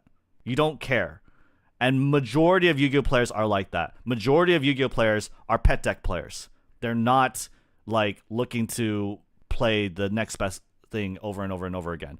And even then, it's like the next best thing, those people who are looking for that, it's not incredibly deep, right? It's like, okay, well, I have Kashtira now. Now, how do I make the Kashtira play? How do I do the Kashtira play? And you could sum that up in just one article, right? It's really, really, like, there's not a lot of depth to it. There's not a lot going for it. In that format, why and in what scenarios you will pick those cards for inclusion into your strategy. Yep. Which dovetails nicely into the second reason that I think they're able to have this conversation more effectively. Cards in Magic the Gathering are powerful based on what format they are being played in. Something that's strong in Standard might not be very strong in Modern, or something that's strong in Modern might not have legs in Standard. This means that every single card that is released is going to be scrutinized from a bunch of different angles. Yes. Is it playable within a draft format? Is it playable in one of several constructed formats with wildly varying power levels? And what MBT is basically saying is Yu-Gi-Oh! Baby game for baby players. Because there's a lot more perspectives that each card has because of these different contexts, these different formats. And that's why I'm a huge advocate. If like Yu-Gi-Oh! And Konami could design the game and have other formats and other ways to play and interface with the game, I feel like that would be just so much better for everyone, right? But it's like the hard way. It's the more involved way. It's the way that requires more heart and passion and wanting to succeed. And Konami's already like dumped that. They're like, okay, we're going with Rush Duel now. You know, it's just like they've already given up on that front. They're not even making new anime. In doing so, Magic It's a Rush Duel. players It's all develop Rush a Duel. skill for card evaluation that has to be practiced even by casuals. I can't make that clearer than the fact that there are entire formats dedicated to rewarding that expression of skill, evaluating cards and then deck building afterwards. Yu-Gi-Oh! Players don't actually ever have to exercise that part of their brain. It's really difficult for people to elucidate specifically why. I love this. I love this video already because he's just taking a shit. He's taking the biggest shit on Yu-Gi-Oh! Players in the community. But everyone's in the comments going to be like, great video, MBT. Yeah, Yu-Gi-Oh! Community suck. I'm a very smart person. Individual cards released in a new set are bad if they've never developed the underlying skills necessary to declare why any card is good or bad, or in what context it could be played. There's no limited format. There's a culture of net decking in Yu-Gi-Oh!, which brings me to... Yep.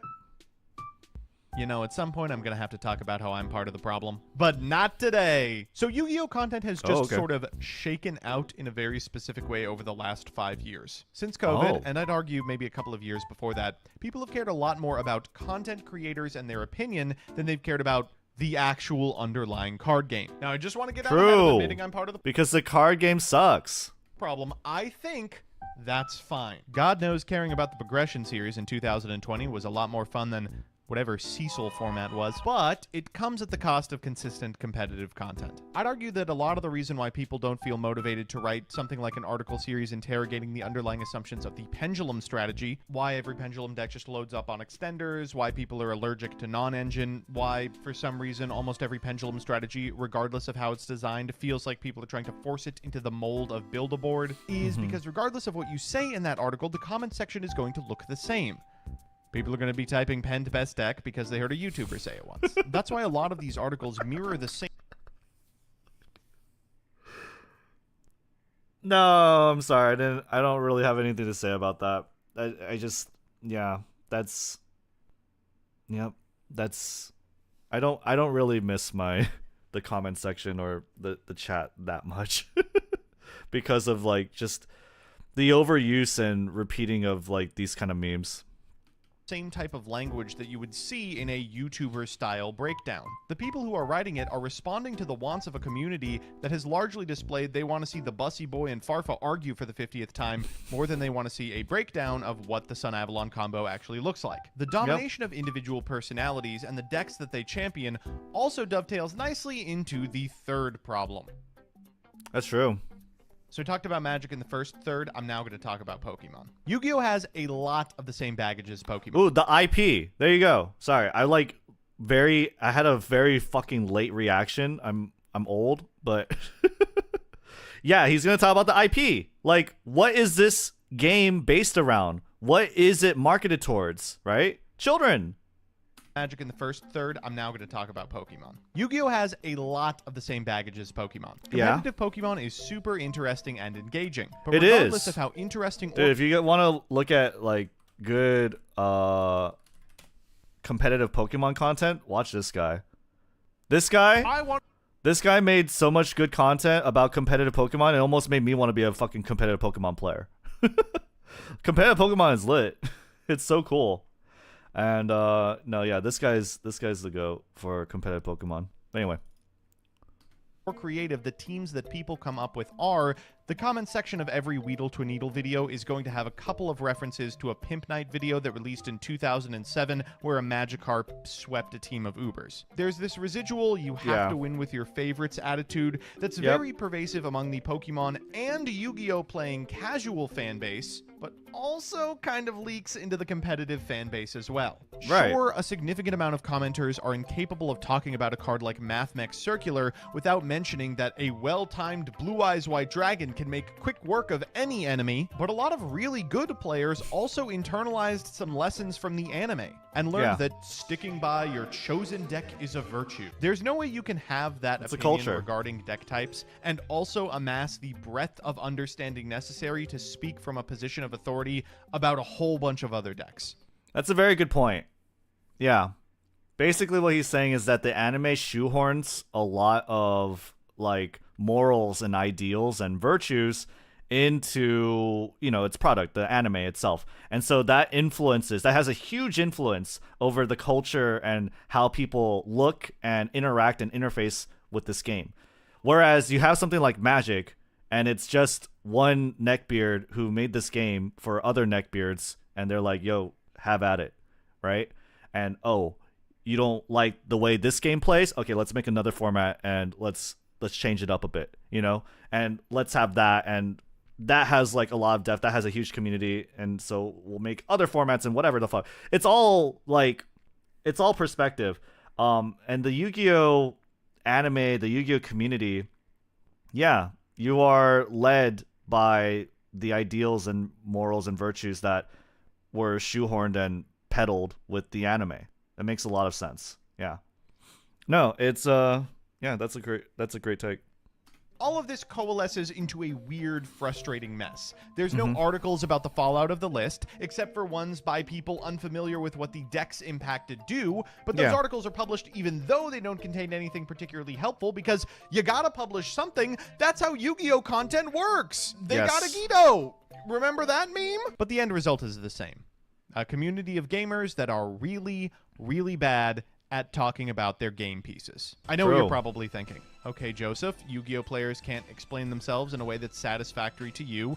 Why is that my problem? Well, I think I don't think the anime puts any ideals in the game. The meta players rarely watch anime. There's not a lot of you, so nobody really cares about the opinions of meta players. Like, that's the idea, is that nobody really cares about the opinions of meta players because there's just not a lot of you. And at the end of the day, Yu-Gi-Oh's morals, virtues, ideals, it is baked into the game itself as well, because it is so archetype focused, right? It is so pick your character, pick your favorite character. So it's not even like you can't divorce the two. It's really hard to divorce the two, rather, right? And we're talking from a cultural perspective. We're talking about a community perspective. And just because, like, I feel like you're ignoring a large majority of the community that supports this game if you think that the anime has no influence over the culture of the community. It absolutely does. There's consequences to this. Because it influences because if you just pay attention to what MBT says, right? It influences the content that people look for to watch, and if that influences the content that people look for and watch, that influences the content that's put out, right? Because if you are looking for, if there are more people looking for a specific form of content, then more people are gonna make that. You're not gonna make shit that nobody wants to watch. There's no fucking point, right? You're just talking to a brick wall. It's not, when people are looking for this specific brand of content, that's what's going to be made. That's going to color the opinion, and that's going to influence the culture in very large ways. There's no arguing that. That's just what it is. The sky is blue, water is wet. Yu-Gi-Oh! Players being bad at elucidating why cards are good and important for their decks betrays a larger problem, where Yu-Gi-Oh! Players straight up do not know why they are playing the cards they're playing. They know what a completed deck looks like, and they can get good at wielding the tools that are available in their arsenal, but they lack the neural pathways necessary to explain why. Can we... Man, can we take a shot every time, like, basically MBT throws shade and calls a Yu-Gi-Oh community baby and dumb? Oh man. Each card is in each slot, and why other cards shouldn't be there. And the few people in the community that do have that ability aren't writing articles. They're racking up YCS wins. There's a lot that Yu-Gi-Oh! Has to do if we want to be taken as seriously as a game like Magic the Gathering when it comes to competitive play. A larger community, not centered around the ideals, and it's just it's a different game. There's no way. There's no way. You can't divorce the two. As players, a lot of that is out of our hands. Giving the platform necessary to individuals who know what they're talking about and are able to describe it is something that we're not going to be able to do at a local level. But one thing we absolutely can change from the perspective of an individual duelist is our mindset. It is good to practice skills like card evaluation that usually don't get tested. It's a strength to be able to elucidate why every single card in your deck is important without pointing whoever's asking to a Jesse Cotton video. And only when that understanding is commonplace will we finally receive Yu-Gi-Oh! Reporting that doesn't read like a Maddox article from 2009. That's it. See ya. Yeah, and it's not gonna happen. Like, the game has to change, basically.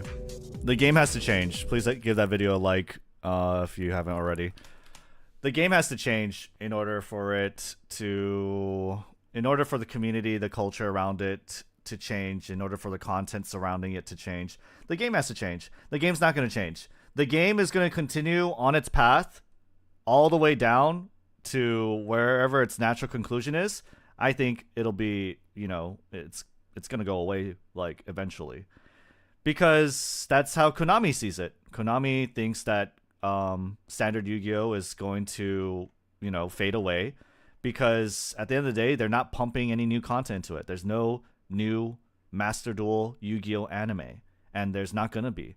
They're only going to do Rush Duel moving forward. This game is, it's going to cash in on anyone that's still into it, but the community will die off because nostalgia has only so much of an effect when you don't constantly feed it. When you're not coming out with Pokemon Sword and Shield, you're not coming out with new generations, you're not coming out with new anime, you're not going to last. It's not this kind of branding that is supported so strongly by anime and just anime, right? If there's not going to be any new anime, it's not going to survive. Pokemon will survive because Pokemon will continue always to pump out new anime, pump out new games, and that's what the content focuses and centers around. Yu-Gi-Oh! Is dependent as a card game on the anime. People are going to, it's going to die with its current existing player base. There's no... Master Duel was like the biggest opportunity for it to grab new players and a new community. But it's like, when you have, when you have series like this, deck flexing, which take a better part of a year or 2 years, a better part of 2 years, I don't remember, into the game's life cycle in order to like pump out this type of content that's made to pander and market itself to casual crowds. It just feels like, again, Yu-Gi-Oh community or Konami, they're just way too slow. And honestly, they don't really give a fuck. Just if you look at like Konami products or Konami financial reports, they have so many other fucking products out there, right? They have so many other products out there that do a lot better than Yu-Gi-Oh, right? WBSC Baseball Power Pros. You might think like, what the fuck is this? But in Japan, it's like the biggest thing. Momotaro Dentetsu World, Chikyu Aki, like Momotaro, right? This board game is bigger than Monopoly in Japan, right? It's the biggest. It's so huge in Japan. This game, right? They don't give a fuck about Yu-Gi-Oh. It's just one more product, and it's not that big at the end of the day. Really, it isn't. So, and that's why they're just shifting focus, is because it doesn't have any longevity. They can't keep pumping out new Yu-Gi-Oh anime. It's not sustainable. Or at least that's how I think they see it. So yeah. I honestly believe if Maxi gets banned, Master Duel will be worse. Cool. If the anime would influence players, it would be a positive influence. The duels in anime are extremely different than anything in real life game. Why would it be positive? The thing about banning one card is that something new will take its place. It's just getting the majority of a player base to all agree on something as a major ask. I mean, they can agree on. It's not you can't get people to agree on everything, but you could observe like what their culture surrounds, what their ideals surrounds. Why would the game change? Exactly. There's no reason for the game to change. They're gonna keep going their natural path, and it'll lead to its natural conclusion, and that's what it is. They're not trying to pump any new life into Yu-Gi-Oh! Is all I'm saying. It's all my point. So yeah. Okay. I don't know. Do we want to do more localization stuff? I kind of want to do it. Let's see. Japanese users are outraged. Okay, well, let's continue down the path of where we were. I think we already did the Nazis one, right? Woke localizers can't stop lying. This is getting ridiculous. Japanese users are outraged.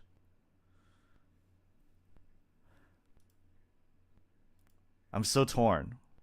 Did you see the Tekken thing? Tekken thing? Was there a Tekken thing? What Tekken thing? Tekken 8? I'm so hyped for Tekken 8. I want to play the female Heihachi. I have no idea. Yeah, let's just continue. Let's take a look. Woke localizers can't stop lying. Hey, what's up guys? Rep here. So believe it or not, we have another round of localizer-related drama to cover today. In the past 24 hours alone, we have many more things to cover. So without further ado, let's jump into it. Now, How did we get here? Well, this week there's been a big debate about whether or not AI should replace localizers, where a lot of people don't have any sympathy for the localizers because they look at the vandalism they have committed against anime and manga for the past vandalism. That's a new one. I like that. Decades through their mistranslations, and they just don't feel sorry for them. They really just don't. And there's been a definite fuel to the fire here where localizers have really divided themselves from their fans even stronger because in response to these criticisms being made on places like Twitter, these localizers and their supporters have been making unhinged and completely unlikable tweets that are just pissing people off even more and confirming that they have no respect for the mediums that they're translating and they have no respect for the fans that are supposed to consume that stuff. I mean, you might as well go out swinging at this point, right? I mean, yeah, there's not a lot. The thing is, they're trying to fight for their job, and they're trying to fight for their moral position to exist, their moral right to exist, and the fact that they're just not supported by the community that they feed content to, it's kind of crazy that. It's just not.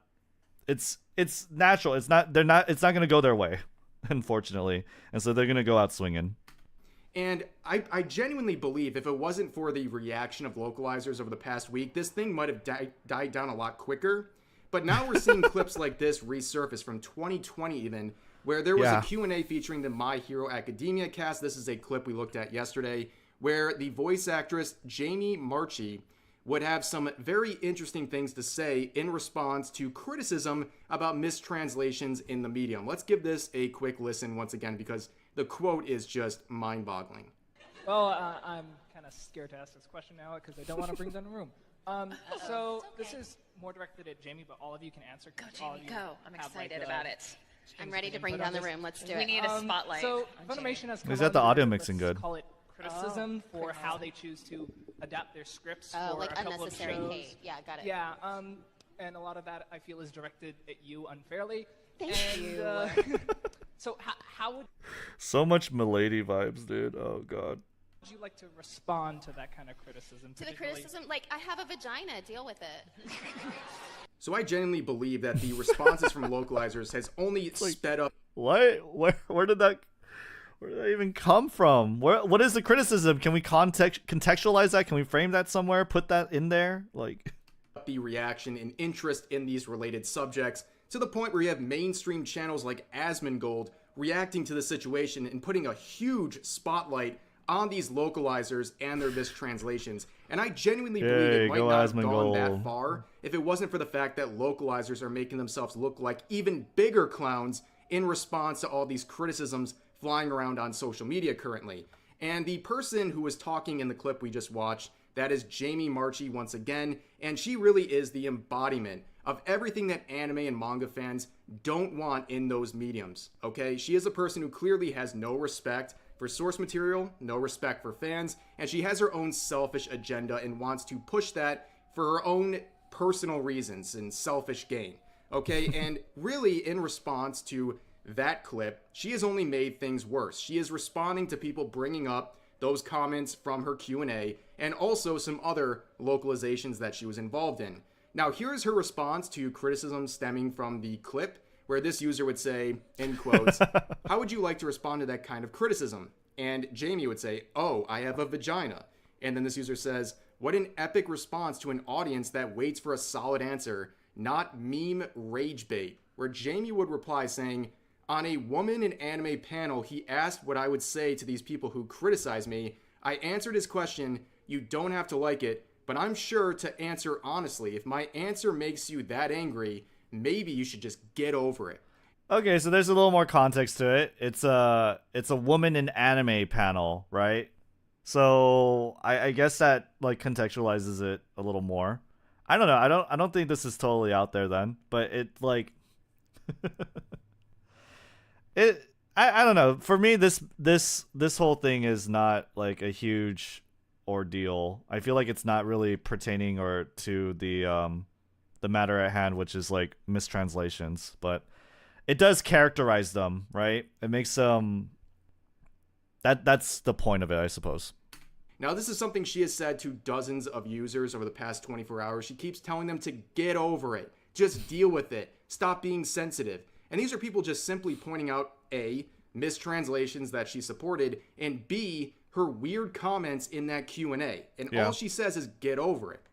And again, like I said in my previous video, she's not just a voice actress. She's actually the voice actress for the Funimation dub of Miss Kobayashi's Dragon Maid and the character Lukwa, who quite literally is the character that delivered this iconic line, the classic, "Oh, those pesky patriarchal societal demands were getting on my nerves, so I changed clothes." She is the one who delivered that line.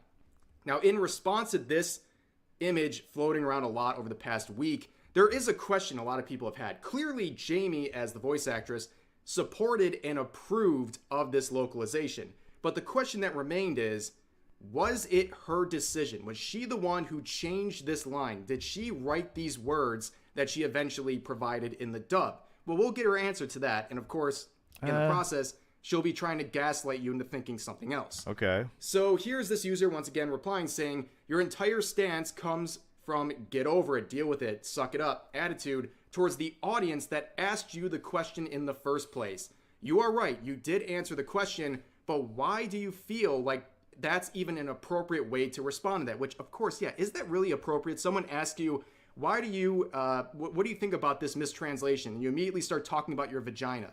That's pretty weird to me, right? Like, that sounds even worse when you think about it that way. But anyways, Jamie would respond saying, because men do not get attacked like I do. The director of the show is a man, the producer, the head writer, yet I'm the only one attacked. I've been attacked for lines I didn't write, while the rage mob ignores the man who wrote the line, I have a vagina, get over it. In case I mean, if she didn't write it, sure. No, I get that, right? But I don't think... But that's the thing. It's like... I think the reason why people are surrounding Jamie and attacking Jamie is because she's probably admitted... She did admit. Yeah, she had that one tweet where she's like, for anyone talking about like these lines of that mention feminism or blah blah blah and whatever, I wrote them. I wrote all of them. That was one of her tweets, right? So she's like taking it. She's saying, "Yo, it was me," right? Even if it wasn't her, she's claiming it was her. So you're basically asking for the people to attack you, right? You're saying like, it was me. I did it. I did the thing you hate. Well, then obviously people are going to come at you with a lot of hate. And now to like turn it into like a feminism thing, it's like, that doesn't make any sense. If you're the one goading people into attacking you, it doesn't matter if you're a man or a woman, that's what people are going to do. And if a man wrote the Dragon Maid line or whatever, people would criticize that too. If someone with a dick said, made that tweet where they said, I wrote all these lines, it was me, I did it, then they would attack them. This hypothetical situation that, oh, it's because I'm a girl, I'm a woman, that's why people are attacking me. It feels like such a weird cop-out, and it doesn't make any sense. If you're claiming credit for writing these lines and doing that, then you're going to be attacked for it. That's not, I feel like that's not rocket science. Case that wasn't clear, guys, she's tripling down on that point. But anyways, a lot to unpack here. So, of course, this line makes it very clear that we're boiling this down to a specific line. And the thing is like, she even retweeted it. She made that tweet in like 2020. She retweeted it recently. She's like, yes, it was me. I did it. It was me all along. Right? And it's like, yeah, well, you are saying one thing and you're saying another. Yeah, people are going to like scratch their heads and come at you. Like, what the fuck are you talking about? Right? The Dragon Maid localization and the line about the patriarchy. But anyways. Yeah. So she starts off here saying, because men do not get attacked like I do. Mm-hmm. That's a lie. That's an absolute lie. You can look at my videos from this week and other people covering this subject. Yeah. There are plenty of male localizers and male supporters of those localizations who are getting called out for these things. True. This has absolutely nothing to do with gender. I can't make this any more clear to people like Jamie. If this was a man making the same comments you did, he would be getting criticized the same level. Yep. If he went on there in an interview and said, I don't care about your feelings about mistranslations, I have a big sweaty nutsack, get over it. People would be clowning on him equally as Jamie. And going on... She's victimizing herself. Yeah, exactly. And it's like nobody... It's like... I feel like that's like the go-to defensive tactic for a lot of like Twitter warriors, Twitter people. And it's like so pathetic. Like, it's so pitiful, right? I don't know. On throughout here, this idea that she didn't write this. She's heavily implying that she did not write these lines, which already contradicts with a lot of tweets she's made where she's trying to take ownership. Yeah, she is taking ownership. But exactly. We'll see here that she is being incredibly disingenuous, and quite frankly, she's trying to gaslight people into thinking she didn't write the Dragon Maid line. Well, going forward, another user would say, since you're applying, do you think it's fair for the original writer or the fans to have the words and meaning of the anime change for your agendas? Imagine people wanting to... God. I don't know. It's just like the space between the punctuation. It's so weirdly indicative. And the Yu-Gi-Oh! The Yu-Gi-Oh! Avatar.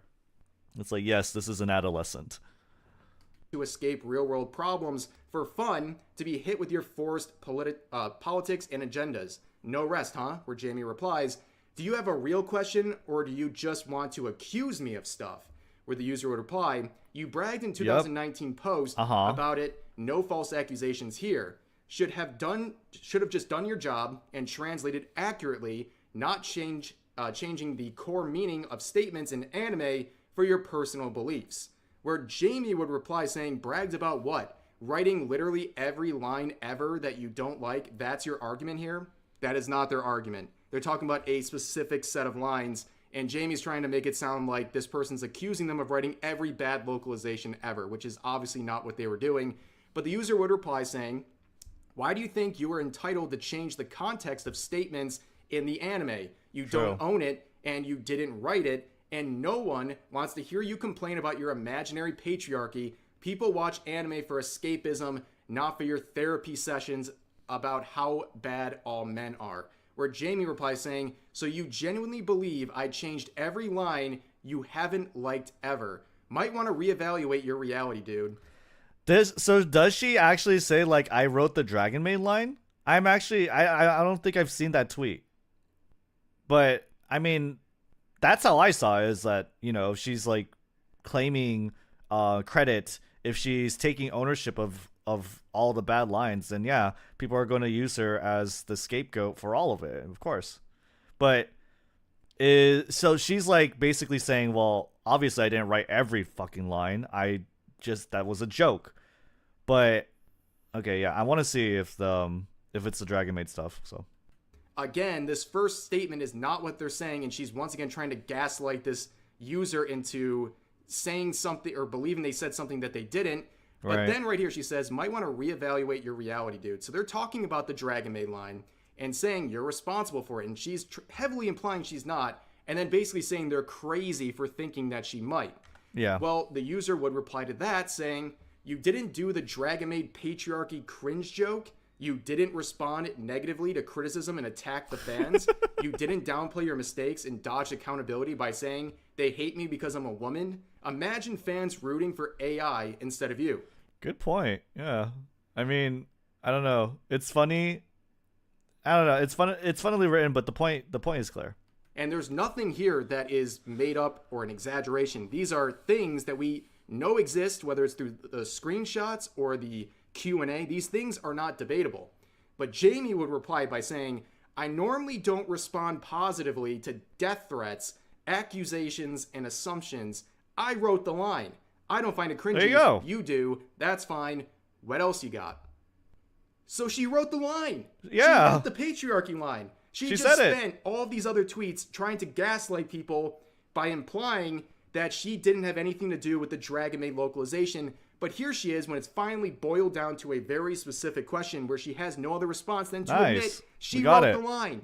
So she was trying to gaslight everybody into thinking she had nothing to do with the change to the patriarchy joke. That's but wild. Now, here She's it is. Like, yeah, I did She's responsible. And again, look at the way she frames this whole thing, including something about death threats. This user is not giving you death threats. That's completely made up. Accusations and it's deflection. It's deflection. It's calling attention to things that like are not relevant to the discussion. It's not what we're talking about, but it's so that she can victimize herself and have some kind of moral high ground to to defend herself with. So it's yeah, no, it just doesn't it's unwarranted. Doesn't make any sense to bring up. And it's not about the line being cringy. It really isn't. The fact that he wrote cringy and that she hyper focuses on that, it's not about the line being cringy. It's about the line being written in a way that just doesn't reflect what the character is actually saying. It's an insertion of buzzwords that take you out of the medium, the media that you're consuming. It's not what was intended, and it's someone writing their little fan fiction and passing it off as an official product. And if you're writing little fan fictions and passing it off as official product, people are going to be pissed. People are going to be mad. It's like, why I didn't subscribe to this. I subscribed to watching this anime in my English language. I didn't subscribe to like you being like being able to insert your silly little buzzwords, political agenda, whatever, cringe jokes, whatever, right? I just wanted anime in my language. That's it. And yeah, no, I mean, like, especially if you're gonna take ownership for it, don't be surprised people are gonna attack you for it. And it's not about being cringe. It's about just inserting things where they don't belong. That's why I consume fan translations. Sure, and that's fair, you know? I mean, fan translations, they have their thing, right? They do have their own characterization, right? Just think about the ProZD clip that we watched before. Fan translations sometimes are overly, like, how would you say? Not provocative. It's like they cuss a lot, right? They curse a lot. And so it's not like the best thing either. And sometimes that's really cringy too. I think that form of translation is cringy personally.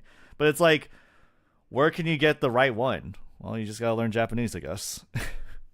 Fan subs love to be edgy, yeah. Assumptions. Nothing they said here is an accusation or an assumption. In fact, you confirm the things that they're asking you in your reply. Absolutely insane stuff. And this user would come back and say, do you really think people do not like you because it's just one line? You do understand that your outward hostile response at the conference made it 10 times worse, alienating the audience more than that one line did. Take an L and live with it. My God. Where Jamie would reply saying, oh, I don't care if people don't like me. Which seems like an obvious conclusion based on a lot of things she has said. She's definitely trying very hard to make people... I don't know how fan subs are cringe, really.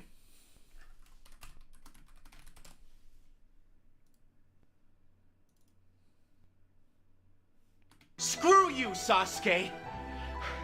I'm sick of your attitude. You are my friend. And nothing will change that, you idiot! Fuck you, Sasuke!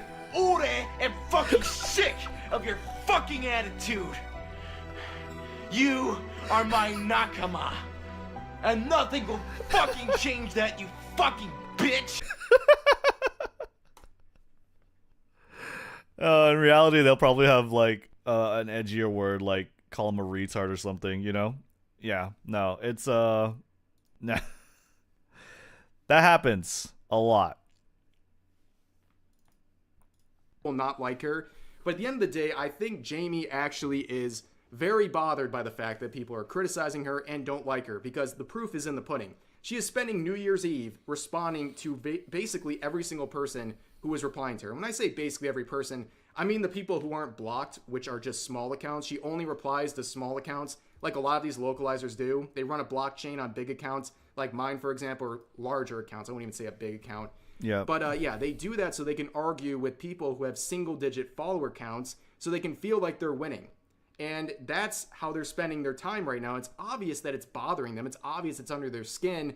But yeah, they're going to try to sit here and deny it. They're going to punch down. It also seems very clear that this is exactly what they want. So again, I talked about this in the last video, but she quote retweeted this old statement from 2019, basically co-signing the message of the original tweet that said, just remember, if there's any line changes in any anime, any script, anything ever that offend anyone who unironically use terms like SJW and feminist agenda, I wrote them. I wrote all of them. You are very clearly implying that, or trying to give the implication that you are responsible for these localizations that are making people upset because they're just bad translations. And then on the other hand, when you're faced with criticism for the Dragon Maid localization, you're trying to heavily imply that you had nothing to do with the localization. It was actually a man who wrote the lines. But as it turns out, once someone boils you down with a very specific question about it, you have to admit that you were the one who wrote it. And you were caught in a lie. Again. But anyways, here's another a supporting tweets of this whole gaslighting theme that a lot of these translators are participating in. There's a user here talking about some mistranslations in the, I believe it's Fire Emblem here, but we're going to focus on their quote tweet that says, a common point I see is that the outraged ones never really ask why. It's always localizers can't do their job right / have an agenda. It's never, maybe there's an issue with the Japanese line, so it couldn't be kept, because that would mean admitting the original is flawed. Now, the superiority attitude of translators is always on display. It's just becoming much more open these days. Where they're Yeah, and if you look at the Dragon Maid example, right, there's not that much wrong with the original text. Like, what?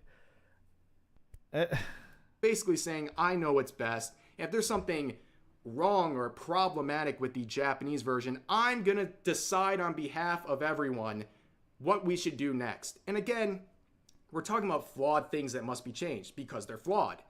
Well, you know, we look at the Dragon Maid example. Tell me how the original source material was in any way flawed. How did that patriarchy line fix anything? Yeah. Well, they would quote this when they were getting criticized in the replies to that previous tweet. They would say, fun fact, translators don't decide. That gets decided for us because what's fine in one country isn't necessarily fine in another. Legal issues. Learn Japanese if you want a zero outside bias experience, but that's not what you want to hear, is it? So number one, this line here, just learn Japanese. That is not, again... Yeah, that's solo bullshit. Of course, translators and localizers get to decide. They have, like, full disposal of the work and are able to insert whatever they want into it. And that's clear when you look at the Dragon Maid line. It doesn't make any sense. Imagine living in a society full of this kind of people. It's doomed. True. A proper response to any of this. You don't need to be a chef to understand that your food wasn't cooked properly. Like, you don't have to speak Japanese to know that these localizations You don't need to taste terrible. shit to know it's and shit. Here's the thing. Are you really sure you want these people to learn Japanese? Just like with AI, this is another way to make your job go away. If you want people to learn Japanese, okay, fine, but they're going to not need you anymore as a translator. They're I not don't gonna know need if that's your the point. localizations, and you're going to be out of a job. So I don't know why you're encouraging that sort of thing. But up top here, they say, fun fact, translators don't decide, implying that they have no decision-making authority over these localizations. It's something top-down, and they're just following orders. Well, everything Jamie has said earlier in this video implies the exact opposite. It sounds like that's exactly... It's like someone translated it. Someone did it. You're just trying to pass the buck. Exactly what they're doing on their own volition, based on their own personal beliefs or whatever they want to put in for political or personal reasons. And this other part here, I've been saving the best for last. Legal issues. They're blaming these localizations on legal issues. As people pointed out in the replies, oh sure, legal issues. Yes, this abomination was made because of legal issues, right? I love that. Or this stuff right here from Katrina, right? Management said I have to meet the yeet quota set by legal. Yeah, I don't think it's a legal issue when a line that says I'm going to the store is translated to I need to yeet my skibidi toilet down to the Whole Foods. It's so cringe, right? I'm not sorry for what I did to Inukai 3. Yeah, Inukai is like whatever. It's a cringe anime. It's really weird and gross and dumb as fuck. But it's like, check it out, guys. Look at my graffiti. look at what I did, right? It's like, it's not becoming, it's not befitting of someone with their job, right? At the end of the day, someone wanted to watch this and they probably didn't want all this bullshit. And it's not about like this one in particular. It's about all of them. It's about all of anime, right? It's about everything they do. It colors them and it makes them, you know, just like the target for any sort of bad translation, bad localization.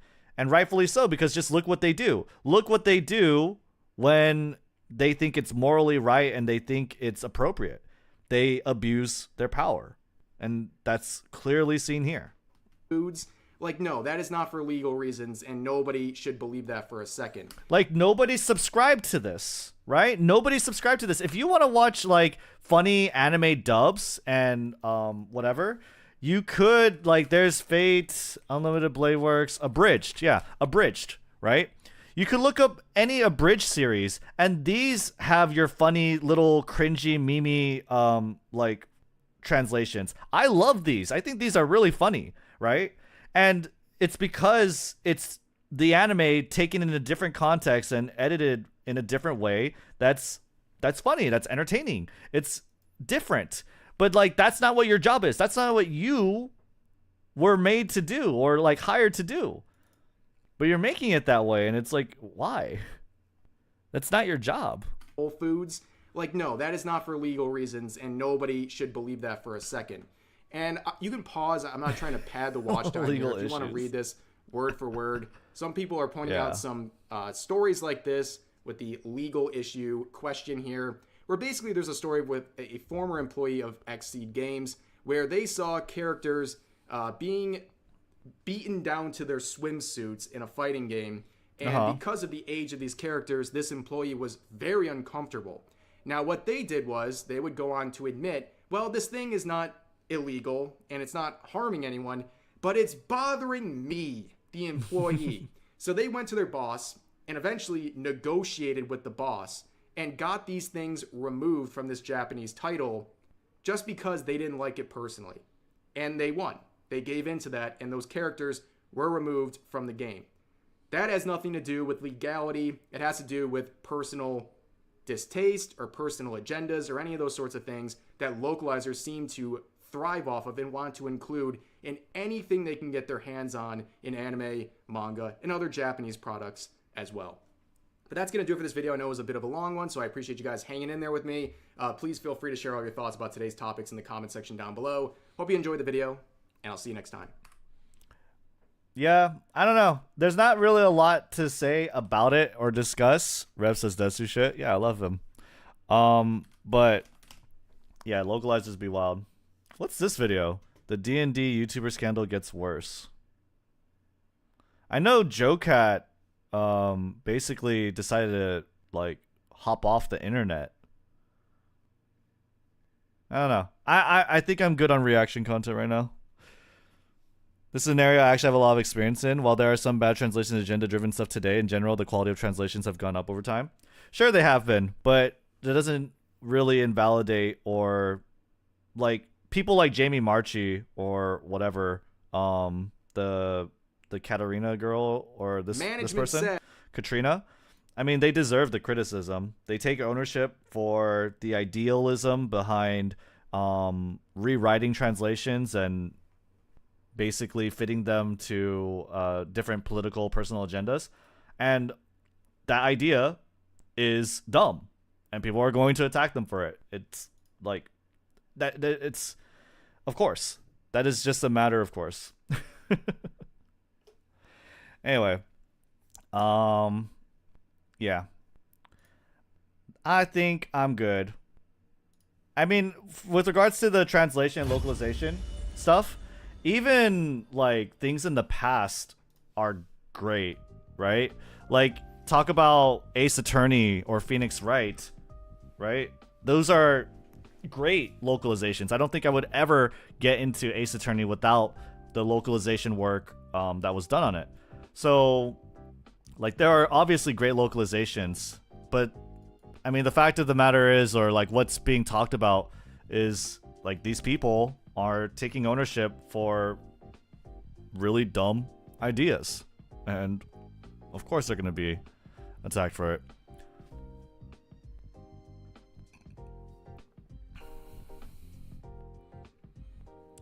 You see a lot of criticism over bad localizations and very little discussion of good ones.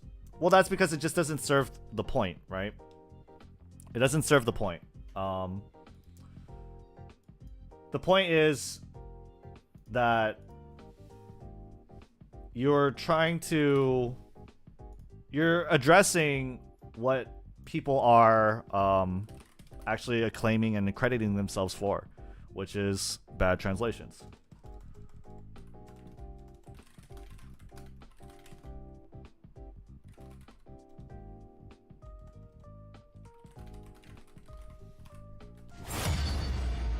You know? How do you define a good localization? One that just works? I think a good localization is one that that doesn't insert a lot of unnecessary things as much as it, you know, localizes the jokes. The jokes don't translate well, right? So if you have a good substitute that is comparable, has parallels, right? That's a good translation. That's a good localization. And the fact that, like, let's just say Phoenix Wright versus Naruhodo-kun. Naruhodo-kun is how Phoenix Wright is called. That's his name in Gyakuten Saiban, right? The original work. But Naruhodo doesn't make any fucking sense in English, or like you wouldn't call him Naruhodo because his name is meant to be a pun. His name is meant to be a joke. And when you take all of that context into light, then that's what you're supposed that's like, and you reflect the original intent of the work. That's a good localization. When you reflect the original intent of the work and port it over from one language to another in a way that is at least roughly equivalent, that's a good localization.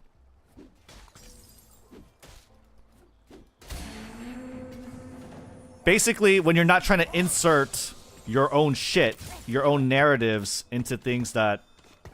When you're basically not inserting your own fanfiction and your own narrative. Yes, when you're porting over jokes, when you're making up jokes to have parallels, there is a bit of creative license. There is some originality that needs to come from that. Absolutely, there needs to be, right? Because again, a one-to-one translation just doesn't work on a lot of situations. But that doesn't mean you can't try and be faithful. That doesn't mean that you can't try to replicate or create parallels between the original work and the translation. Let's get to the fun part. Right?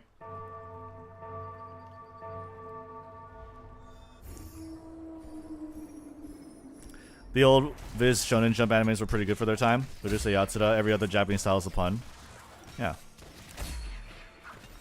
Some stuff in Japanese aren't translatable in English. Most of them are speech patterns, onomatopoeias, and single word ideas that the Japanese language favors that English doesn't naturally. Exactly. And when you're porting those, when you create substitutes or ignore them, or basically use good judgment for finding the substitutes for that, no one will complain. No one will complain. Yo, Micro Sentinel, thank you so much for the raid. What up, y'all? Hope you had a good stream. I don't know. I feel like I'm not winning anything. Might as well. This can be gray area. All TLs are interpretations by the translators, and some things that audiences find weird are fitting localizations.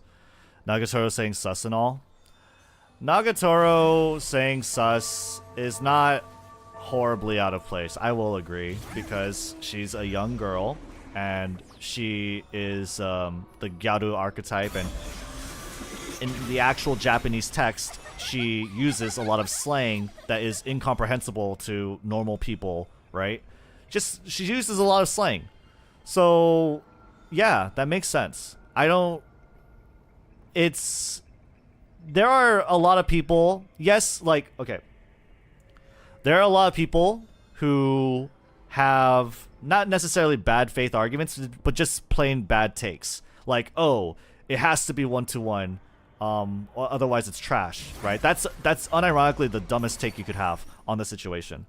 But what people are saying, if you are Iron Manning the argument and the position, and you're looking at what they're actually saying, I think you would find that the genuine sentiment is that when people use translations, when the localizers use their platform for a stage for them to insert their political agendas and biases and buzzwords, that's dumb. That's wrong. It's not their place. I think that is totally appropriate. I think that is a valid argument. Right? I've heard people I wouldn't expect to use the word sus lately. Yeah, absolutely. I don't think Nagatoro is that hard. The dumbest take is that AI replacing translators is a good thing. I don't think I don't think that's a bad thing. Why would it be a bad? At the end of the day, it's going to happen. AI is going to replace all of us indiscriminately, right? And if people have problem with the job, like, people are attacking these people who do a bad and poor job of whatever they're doing, which is the translation. And I don't think they deserve any sympathy. AI, at the end of the day, is meant to... It is with the producer in mind. Obviously, they're cutting costs. But you still have a lot of benefit for the consumer side, which is just faster translations. Plentiful translations, right? And so, at the end of the day, that's what people are going to care about, right? We don't care about the millions of children, child laborers, slaves that make our phones and monitors and our computer technology. We don't give a fuck about that. Our jewelry. Like, nobody gives a fuck about that. We still consume it.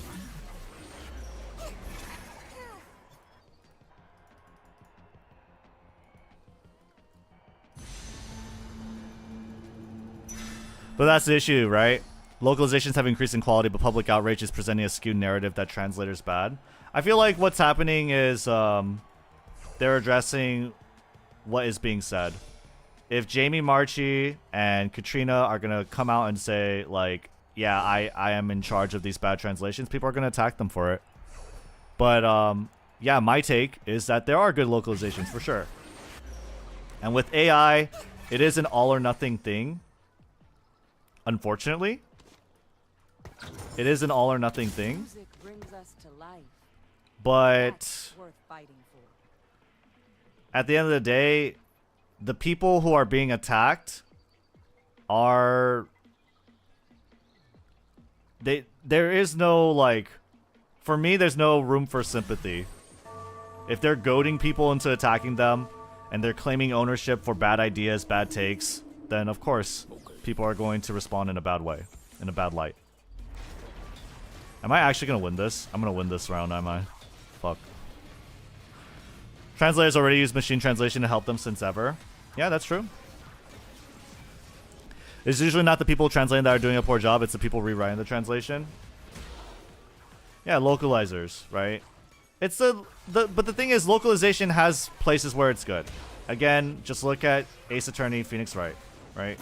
That's rewriting translations, and that's using a lot of time to do it too. They had to take 6 to 8 months to produce that.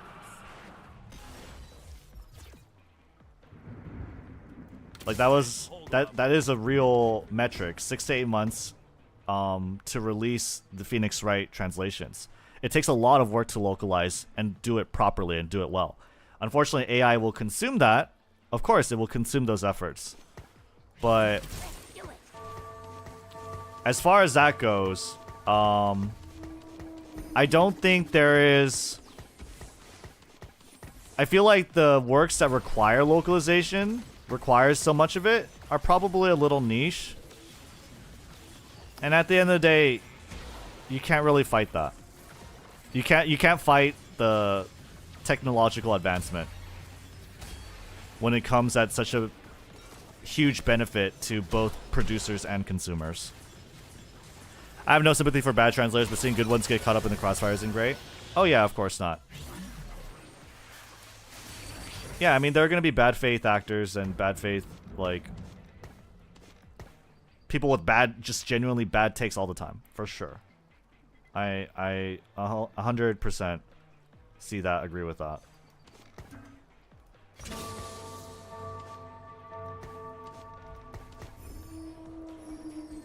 You sound like a crypto bro? Me? I'm not into crypto. Fuck no. What gives you that impression?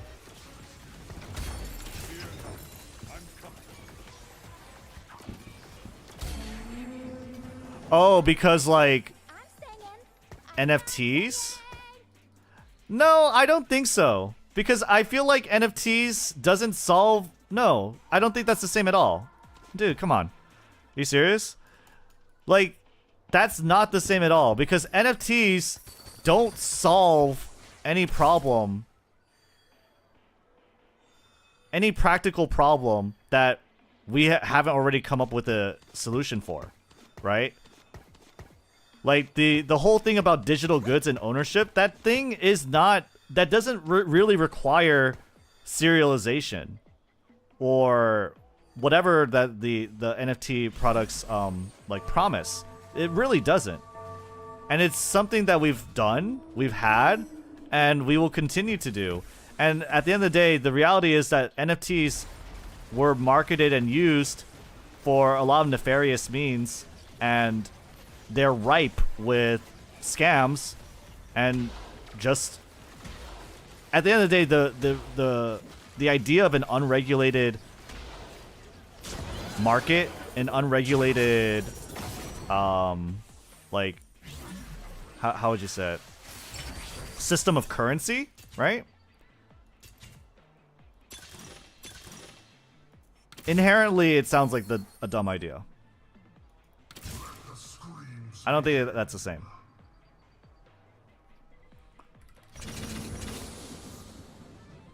Can I get this one?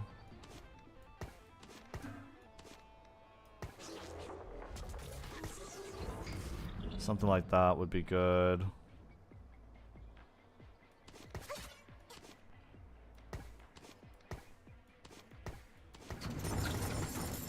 Yeah. The harping about the inevitability of technology, that's the same argument Bitcoin had. It's like, no, like we already have cards, we already have digital currency, we already have like bank accounts we could tie with online. There's no benefit that I see that NFTs bring. That there's no problem that it solves that hasn't already been solved. And if they do solve the like problems, then it's for situations that don't apply to a normal consumer. At least that's how I think. I don't see how they affect the everyday lives of people in a positive way. It's probably up to the Japanese creators to pressure these companies for better translations. The Japanese companies don't give a fuck, dude. Why would they care? I don't think they ought to care either. It's like, there's no... Why would they care?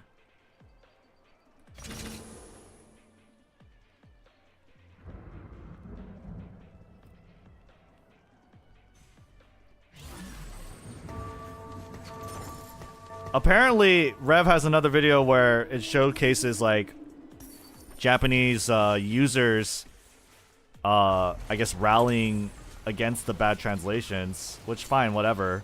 But it doesn't. For me, it's like, okay, well, it's not anything that they should or ought to care about. You talk about technology without caring about hurting other people's feelings. It has nothing to do with NFTs. Your feelings. Unfortunately, your feelings won't stop progress. Your feelings have nothing to do with what pays the bills. The Industrial Revolution also invalidated and deprecated a bunch of jobs and a lot of professions, right? But that didn't stop it, right? At the end of the day, we live in the society that we live in luxury, in comfort, in safety, because of technological progress. Now, I'm not saying AI is protecting us. I'm not saying that, but I'm saying that you're not stopping it. For sure, I'm saying you're not stopping it.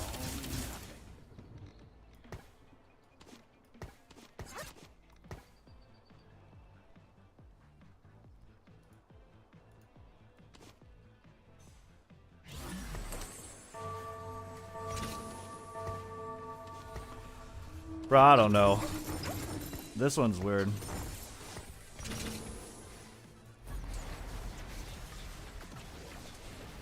I agree that AI is a huge deal, but arguing that it presents benefits to consumers and producers is probably false. It's just a huge cost-cutting tool. Well, what is that then? If it's a cost-cutting tool, it's a benefit to the producer, right? And if you're getting more translations and you're ingesting more work and you're outputting more content, that is more benefit to the consumer.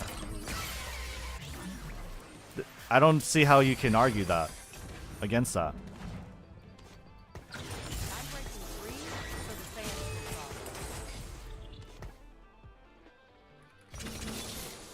Music brings us to life. That's worth fighting for.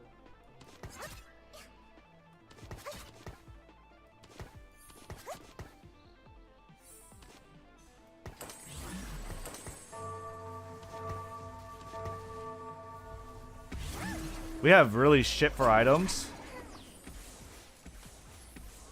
It's really bad. Google is not useless because AI exists. No, I don't believe that. Cost-cutting tools benefit the producer but not the consumer. But that's only one thing I said, right? I said cost-cutting benefits the producer, and having more ingest, having more content, producing them at a faster rate because of AI translations. Like, let's be honest, if we had AI translations for Phoenix Wright, you would have it in a lot less time than 6 to 8 months, right? You would have a less quality job. You would have a less quality work. But overall, I do believe that most translations don't require that quality of work. Most translations don't require that. And so you will have a net benefit to the consumer. That is a net benefit to the consumer in my eyes.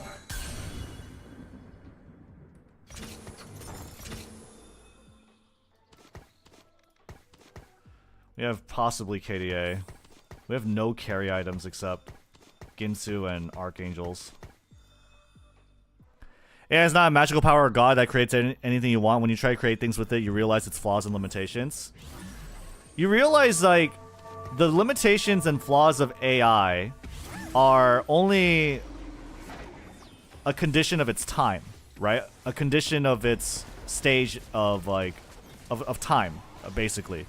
Of its infancy, right? You understand that this is something that people are working towards optimizing and perfecting, right?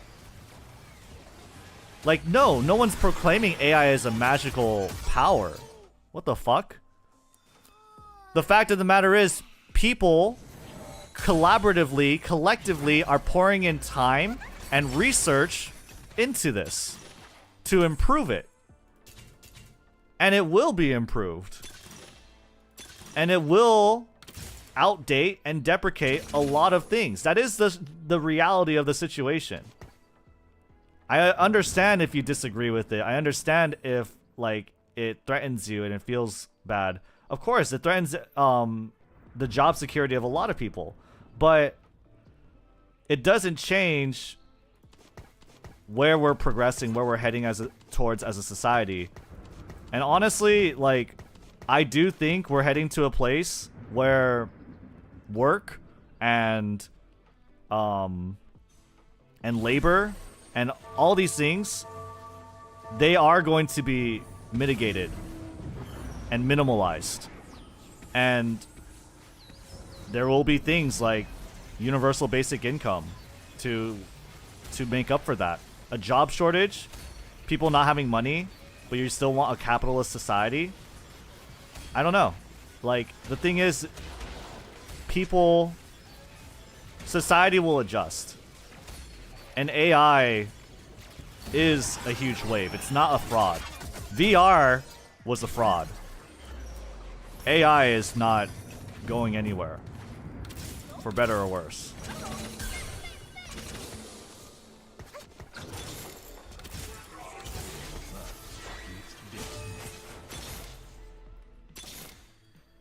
Easy on the eyes.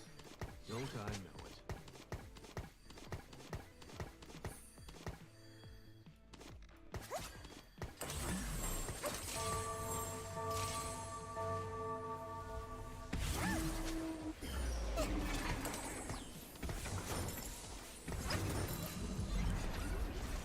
The limitations of AI are a matter of time, but a matter of it not being able to access your exact needs and bias to create what you want.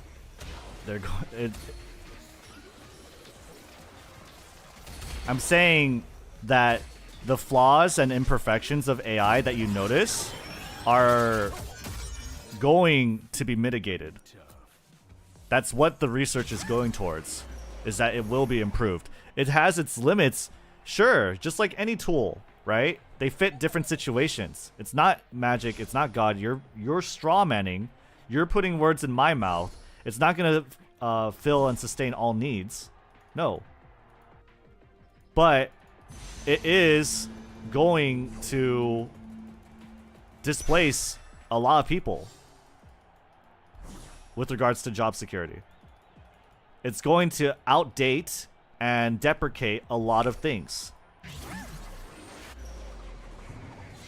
And no one is going to go looking around for natural translations, for handmade translations. It's just not going to happen.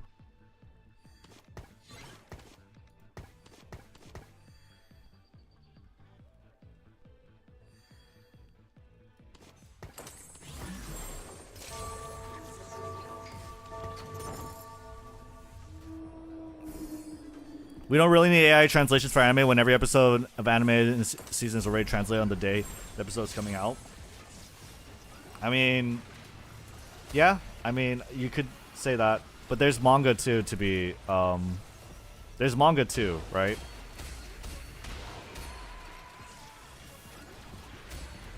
And what the argument is, or at least what they're saying, what people who are arguing on Twitter are saying, is that...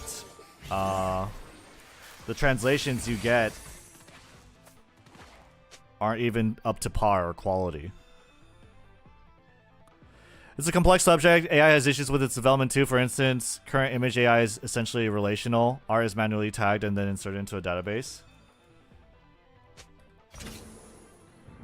You can create individual pieces, but AI can't sum up everything to provide you what you want. Well, that's not what I'm saying though. What? At some point, there's too much art to catalog and tag, so the AI does that itself. Does that mean the tagging is less accurate and distinct? Furthermore, the tech bros operating AI don't have great artistic knowledge, which makes it even more difficult. How do you teach AI what good style is when you don't have an artistic knowledge? Feedback. You do it with feedback. Art is made for consumers. Art is made for people who enjoy art, right? You do it through feedback. It's easy. Bro, I'm not talking about people losing jobs. I'm talking about the fact that AI is great. That even if AI is great and complete, it still needs a human to guide it, and this is an artistic process. Yeah, it does. But the fact is that you don't understand, like, what is the purpose of AI? Why? Okay, sure, humans need to operate it, but do you think a team of 10 localizers is needed to operate an AI translation? Right? That doesn't make any sense. Fuck no. And so, you're not going to have a team of 10 localizers or whatever the arbitrary number is. 4 localizers. Whatever. You're not going to have that.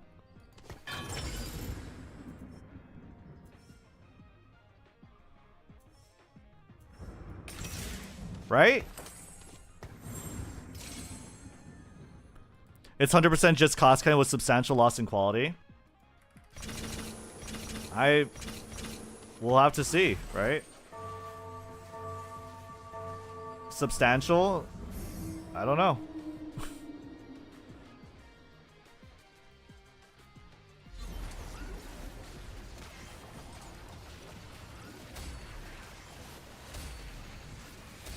If the quality isn't there, and it's so... The fact is, quality doesn't have to be at 100%. People don't need 100%, 150% quality translations. They don't need that. Right? If they did need it, then they would respond with their behavior, right?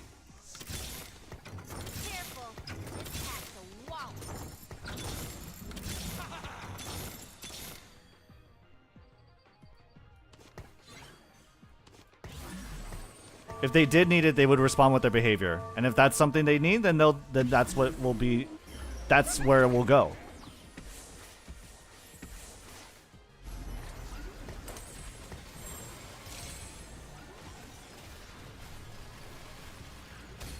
Likewise, there are people who stopped creating when the demand got too much for them and they couldn't keep up with things. Poor creator of Hunter x Hunter, I heard he was afraid to finish this due to feeling he'd let people down. What? AI will have a really hard time translating Japanese because of all the meanings a kanji can have. No, it won't. AI will be assisted by a human, and they will provide feedback as to what is the correct translation, what is more correct, what is not as correct, and it will... That's how AI works, and that's the natural course of where that leads, where that goes. It's always going to be human assisted. Impatient? I'm not impatient.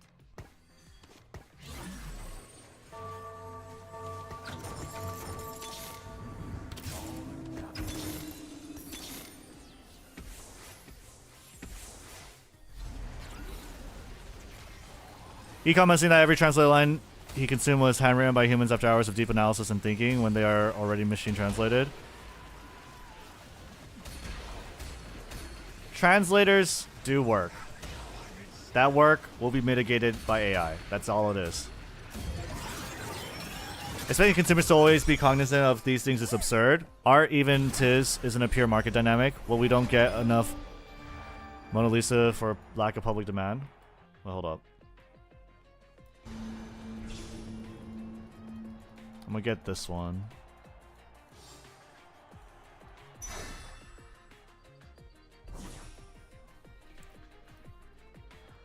I'm saying that if AI is not the default, right? If it's not reliable or it is as flawed as you say it is, then it will reflect in people's consumption of it. People won't want it as much, right? But if it doesn't matter, then people will consume it anyway. And that's likely where we're headed towards.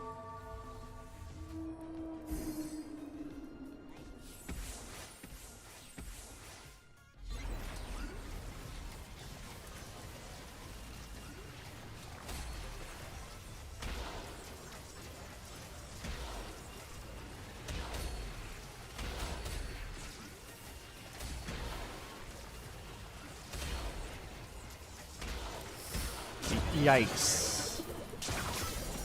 Yikers.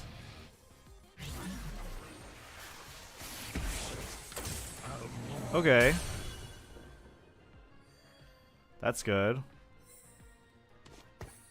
Can I get, like, a TF? Or, not a TF, a fucking Blitz? Who am I missing for Disco? Gragas. Oh. Yeah, Gragas should replace him.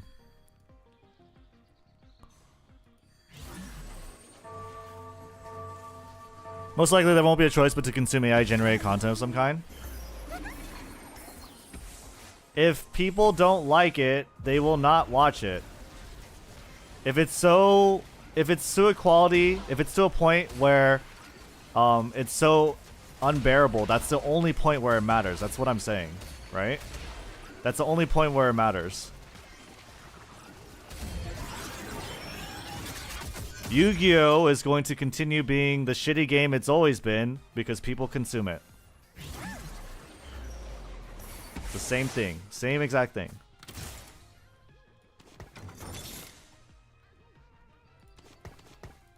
And they're incentivized to uphold that and upkeep that because people do consume it.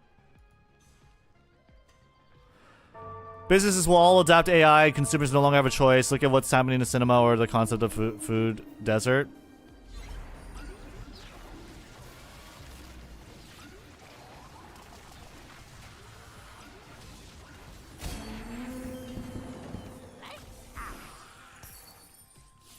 Let me see this really quick.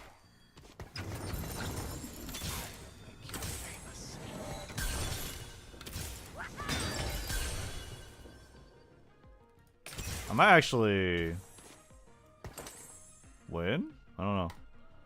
But anyway, it won't be unbearable, but it'll be worse, and companies can ride worse for more profitable. Not even companies, consumers can, right? Companies will tolerate what the consumers tolerate. If the consumers will tolerate bad quality AI translations, then they're going to be used, they're going to be abundant, because at the end of the day that cuts cost. If the consumer cares about it enough to not consume it, then it'll happen. And you're saying, okay, well, what happens if AI consumes everything? If AI is being used for everything, there's no choice. Well, I don't know. I don't know what to tell you on that. It's sure that might happen, but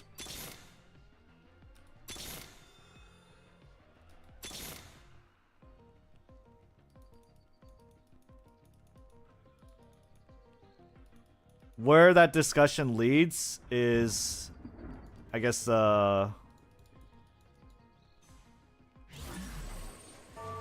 morality of it, of consumption. I don't know. It's like the idea of TikToks versus YouTube, right? YouTube is super threatened by TikToks, and so they are pushing YouTube Shorts massively. They are trying to compete and get ahead of TikTok before TikTok like invalidates them, right?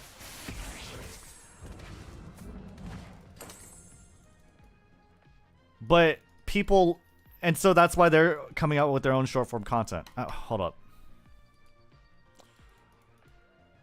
I have to think about this more. Yeah, no, sorry. I lost my point. You have no foundation to say that it will be worse. Every AI translation will be curated by humans still. Every AI translation will be curated by a human. That's for sure. AI isn't fully autonomous. They will usually have a human arbiter. Something to ensure quality.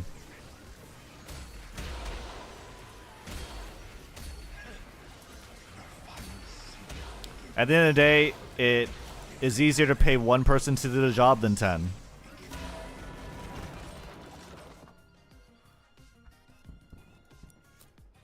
Capital interests in AI are too strong for them to resist AI even if the consumers don't like it. I think they'll double down until consumer tastes change. Well, until it changes.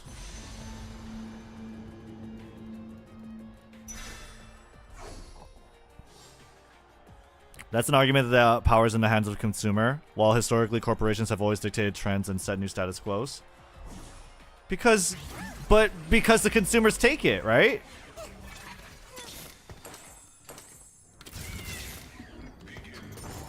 If consumers didn't take it, then they would have more weight behind their decisions. Then they would have more power. But the power, it doesn't change how power does belong to them, right?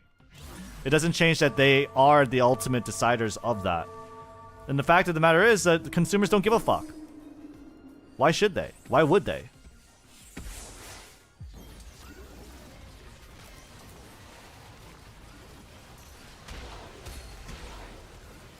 I'm not moralist against AI. I've worked with them plenty and translate and train my own Loris. There are legitimate uses for it. Yeah, absolutely there is.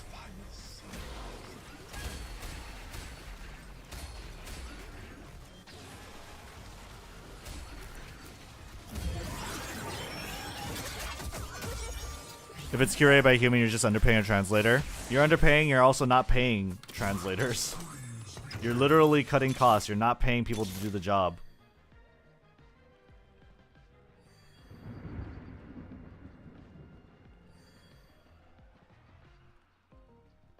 You're being moralist against AI. Regarding translation, nothing will ever really change in practice. You could talk about other forms of production that would be more impacted by AI. Yeah, no, I think translation's fine. AI is going to improve it to such an insane point in the coming years, and it's going to flood so many industries. It is.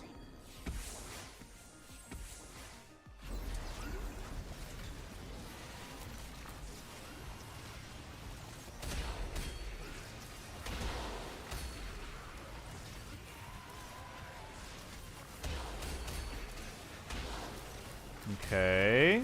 No, we're good. We're chilling. Second place. I did lose against first place dude, though. Sick. First Emerald game. No, second Emerald game. Sorry. I think it's very important when it comes to appreciating foreign media to have good translations. I think many people undervalue these skills, but it's relevant.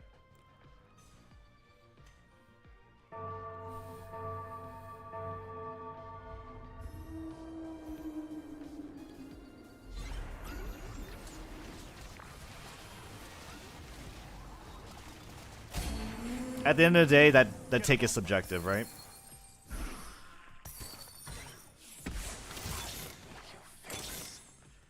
And it's going, the outcome will be determined by what will be actively consumed.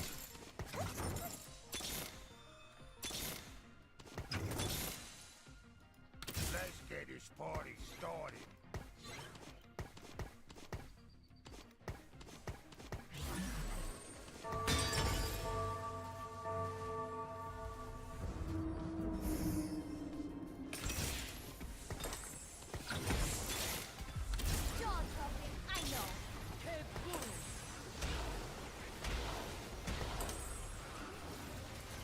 Shit.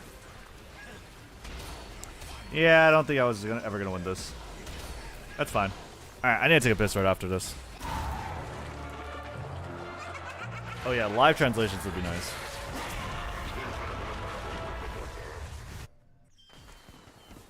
Alright, give me one moment. I'll be back.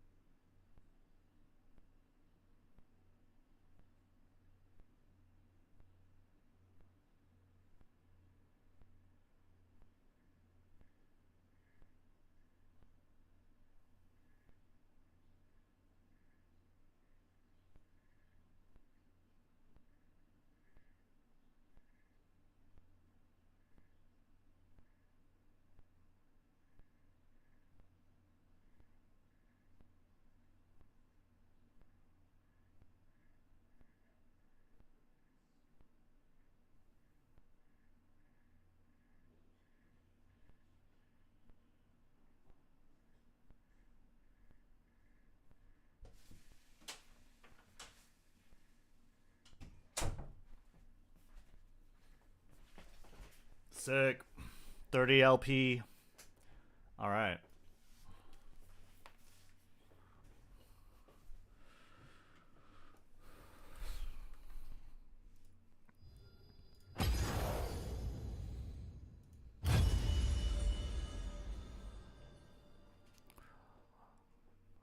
Okay, what are we saying?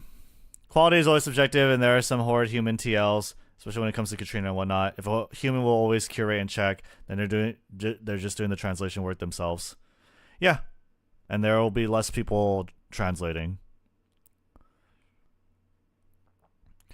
I did not see things changing just because an AI takes over. AI can be written and maintained by a human. Unless that AI can overwrite what the human wants or desires, a flawed human will have the final say about what isn't allowed to go to the subject. You do not see things changing just because an AI takes over? I don't understand that. What do you mean by that? Yes, AI will be written by a human, okay? But let's say, okay, just imagine really quickly here, okay? Imagine you have a light novel, right? And you have the translation work. It is usually done by one person. I don't know. Okay, well, let's just say that, right? You're doing a light novel or whatever, and there's a translator.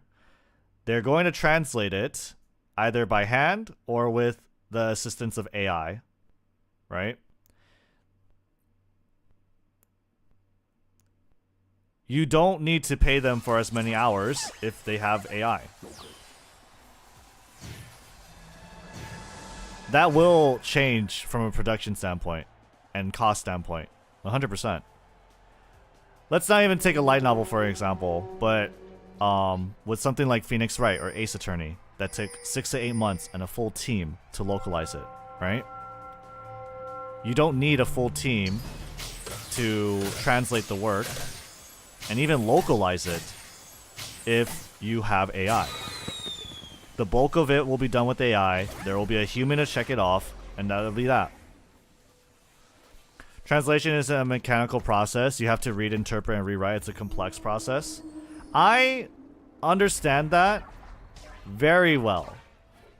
I think, like, I'm not a translator, but I have attempted translations myself. Like, I'm a hobbyist translator, right? I don't publish my work, no, right?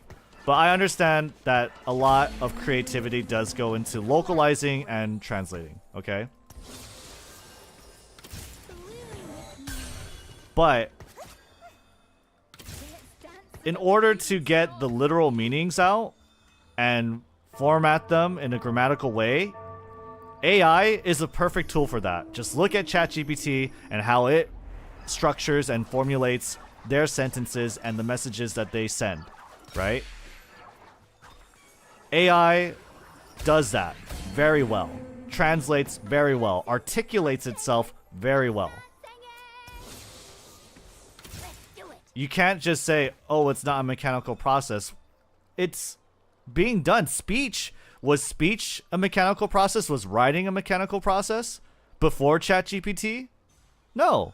But then ChatGPT came along, and that thing can, you can submit essays through ChatGPT. That's an exaggeration, obviously, but you can have it check your work. You can have it give you feedback. You can have it help you rewrite sentences.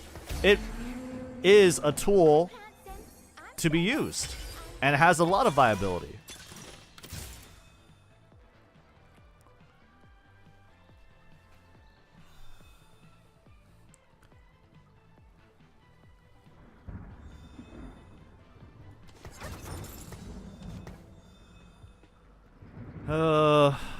I don't think we win a lot of these.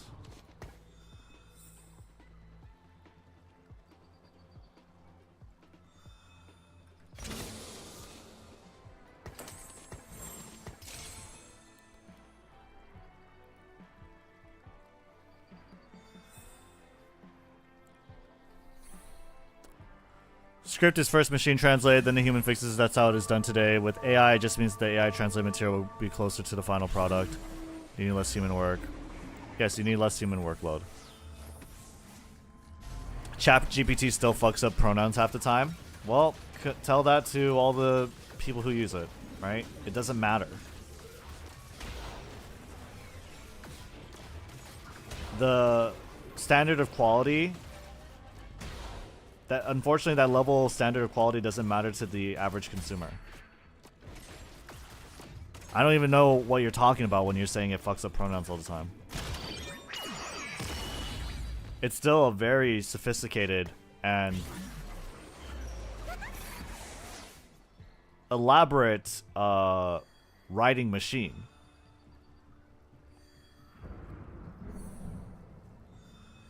AI will likely never be fully free from human input, desires of what it is capable of doing, what it do.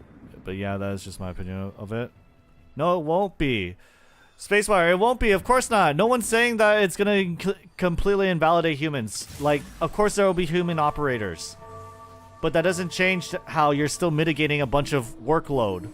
Human workload with AI. It doesn't change that.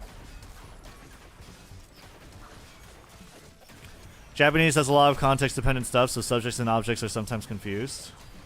Yeah. But that's why you would probably have to shell out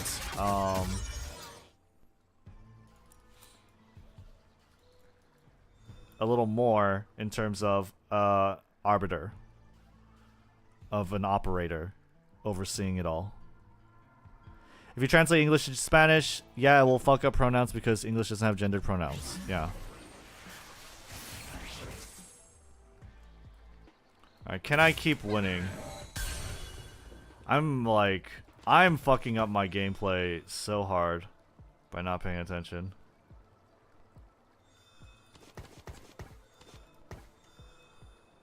Spoils of War 3.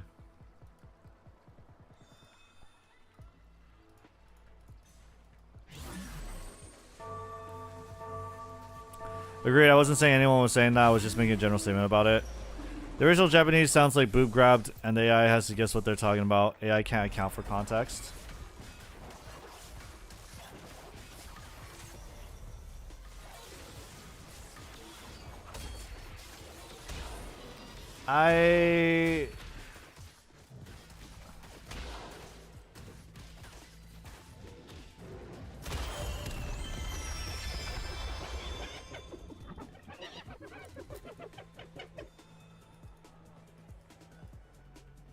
I honestly don't think that's an absolute that will last over time.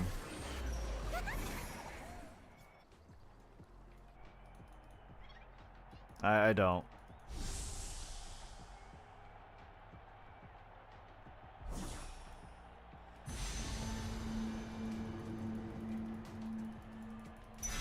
Fuck you, dude. Just trying to snatch it. His name is Shut the F Up, Malfoy.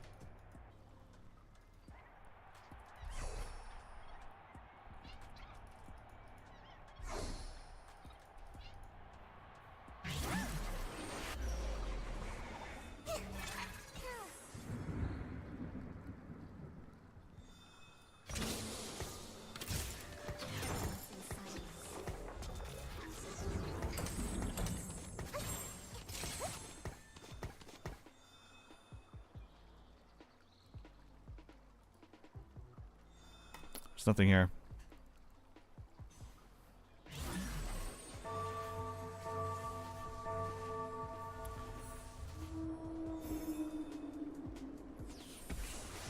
When applied broadly to translation, for example, it's difficult to maintain character voices. Machine translation and translation by AI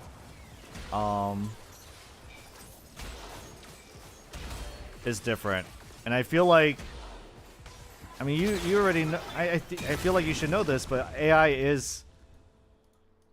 does gather a lot of details from context and reformats it and transforms it in a way that it makes a believable product. And I feel like it is a matter of time before that gap is... before improvements are made towards that.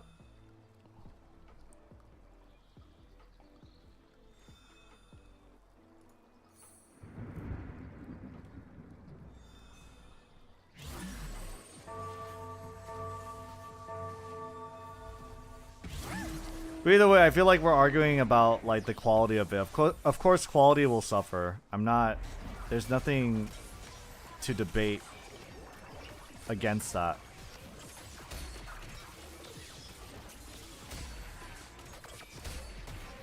But will quality suffer to an extent that it matters? Probably not.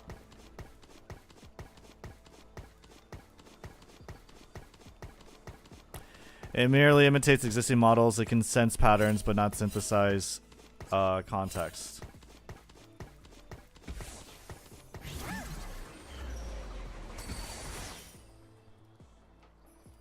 I'm breaking free so the fans can follow.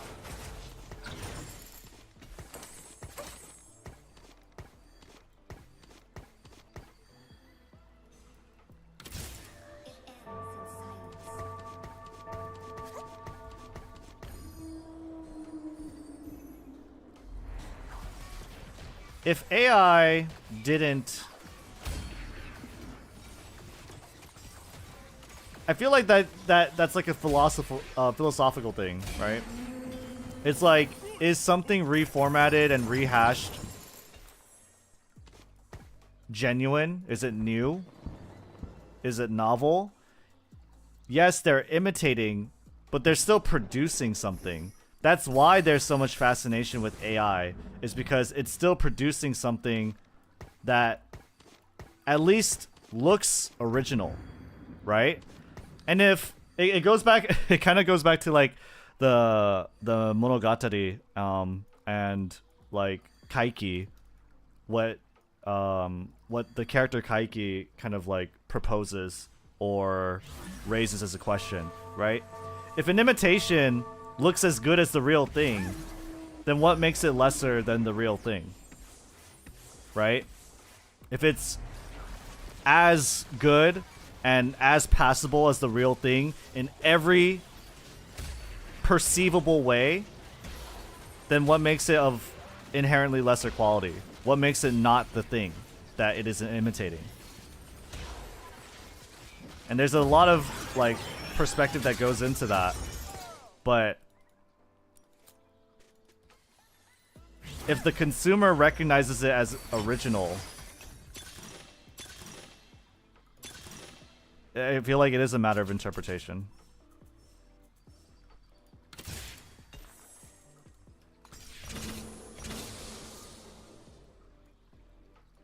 I've got a good feeling about this.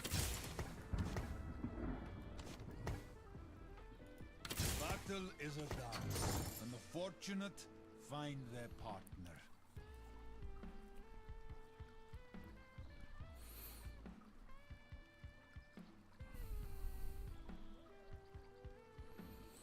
Every AI translator will be checked by a human, and I can't take responsibility. They will make sure translation is politically correct, follow guidelines. Not talking about moralistic stance. If AI could create the same quality of product of humans, I don't object, and where it does, I have no issue. Yeah, well, I mean, again, yeah, there's nothing really to discuss or argue then. The fact of the matter is, the quality will always be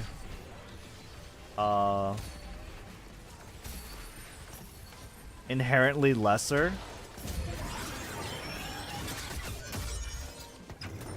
It's just a matter of degree and what is acceptable socially. Generally significantly worse. Well, I feel like that's only a matter of time for that to be mitigated.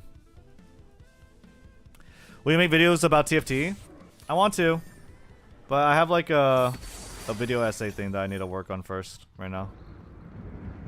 But I want to.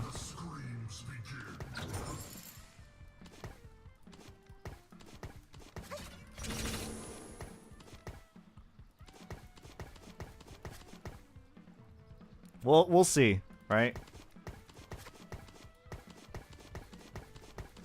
I think after I take a look at video essays and figure out if they do well, right? We'll have to see.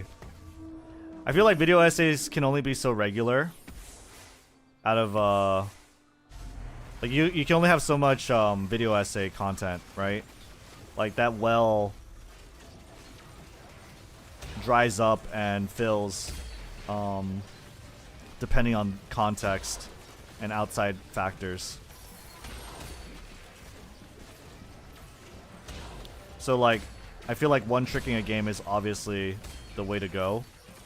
And I am playing a lot of TFT, so I think TFT would be my main game for that. I think the idea of acceptability is ultimately a personal choice. It's a personal choice, for sure.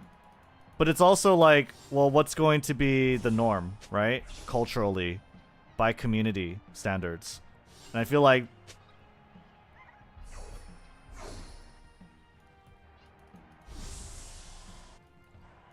that's not going to change.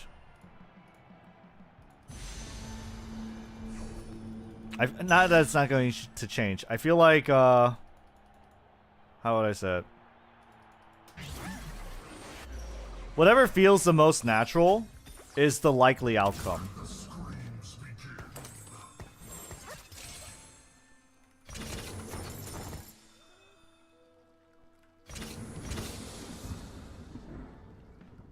Right?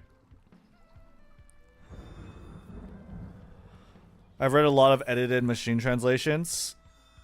Yeah, no, machine translations are not the best source. And AI is different from machine translations. Sorry. I fear that video essays are a bit niche. It certainly needs to be with content that's a significant amount of people find relatable. Well, yeah, no, of course. You gotta talk about the right thing. But, I don't know. I think video essays are really interesting and fun. And I think that a lot of people do watch it for the novelty of it. It's where you see a lot of, like, ideas are expressed in a very creative and neat way. I feel like video essays are almost taking over and like not like a new standard. It's almost like a new standard. You know? It's almost like it's so commonplace now. And it's what a lot of people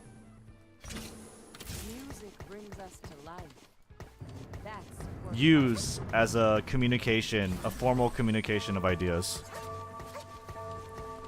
TFT is a boring game, play a better game, Soul Calibur 2 or Tekken 6 are good options. Nah, I'm good, dude. It's not a boring game.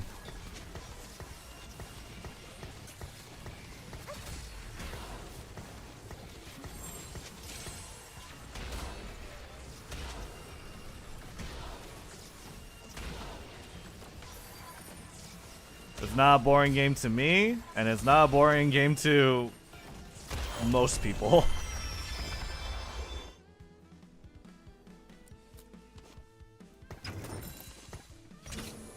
It's a boring game to you. That's okay.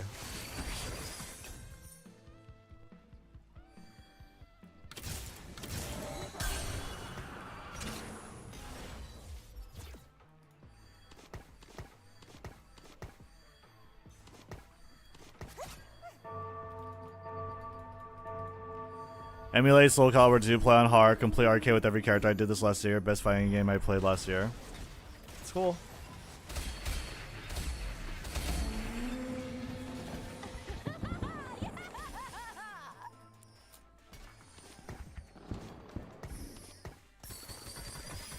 Wait, hold up. We getting paid for this. Music brings us to life. That's worth fighting for.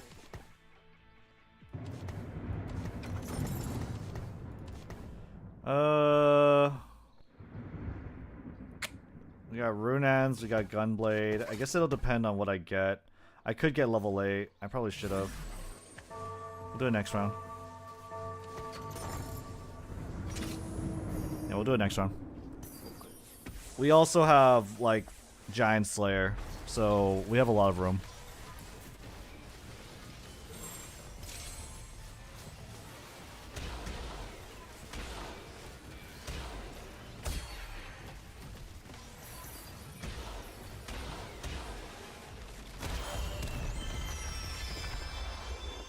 What exactly do you mean by essay videos? Video essays? Like the MBT video we watched. I don't know if you were there, but that's a video essay, pretty much. It's a discussion video. You raise a point, you, like, have a proposition, you have... Hold on, let me do this roll down really quick.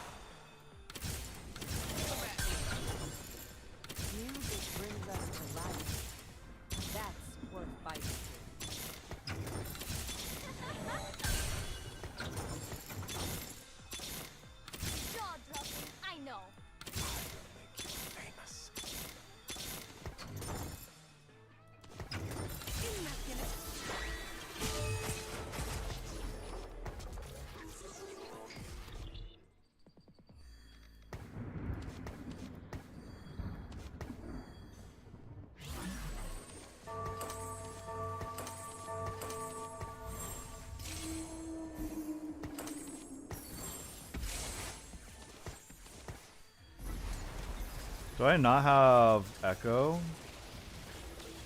Sentinel. Okay.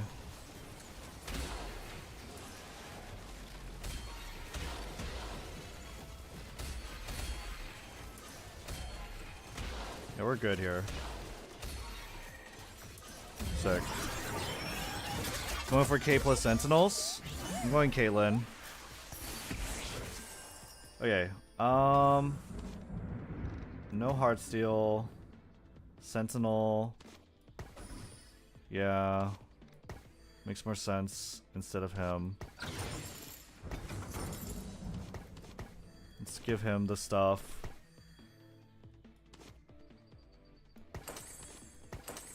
We have Last Whisper, which is great for like Ezreal, if I can get it. I want the true damage emblem, ideally.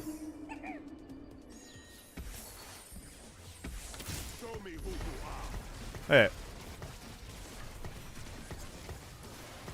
I assume you mean video essays like Mother's Basement. Bring up as much good points about a subject as possible. Even TPAPS discussion videos about a subject. Yeah, it's video essays. What are essays? Essays are a communication of ideas, right? It's like you have a point, you have a premise, and you back it up. You have a claim, and then you back it up with evidence, with supporting evidence, right? It's talking. It's communication. And video essays are so mainstream now, and it's almost like what you would see, like in history books. You would talk in history class, right? You would talk about and discuss like a pamphlet that Thomas Paine made, right? 100 years from now, people are going to be talking about the video essays we make.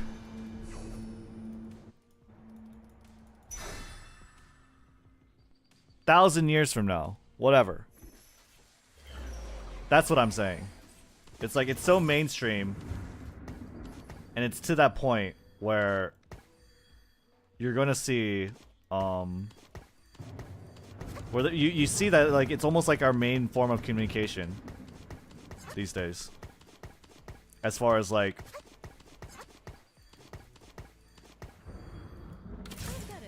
a communication over a wide area of points, I guess.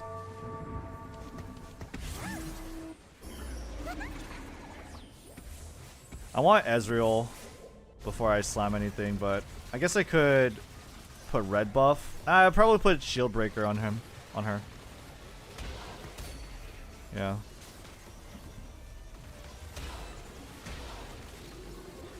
I feel like I'm level 9, but I'm not.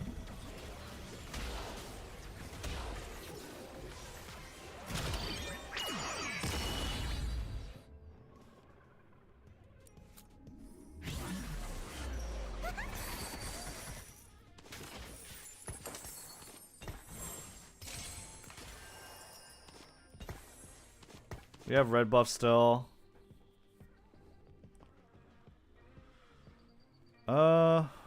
No, we just gotta keep chugging.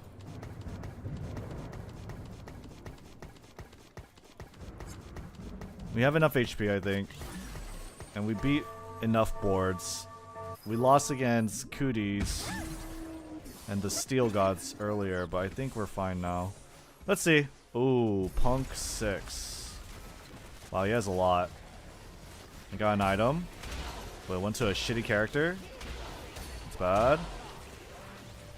Oh, we did. Yikers.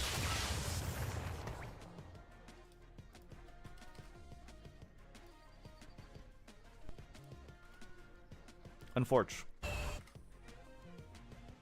We are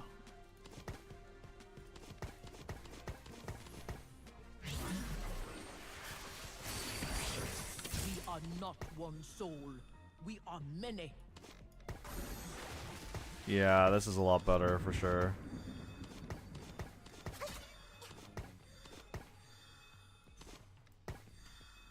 Let's just do that. Can I get 9? Probably not, right?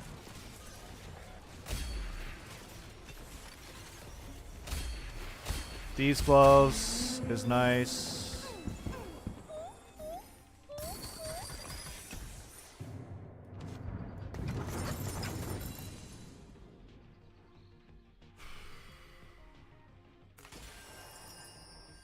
Holy shit.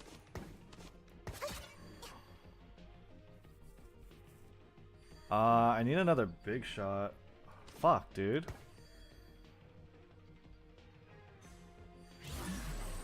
This is I don't know what to do here.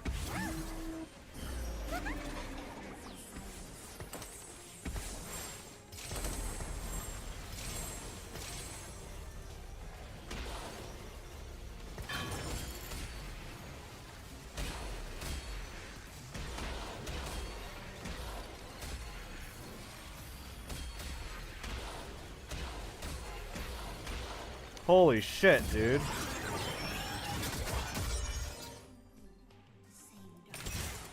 Okay. We have a bunch of items. I don't know, I'm gonna try it.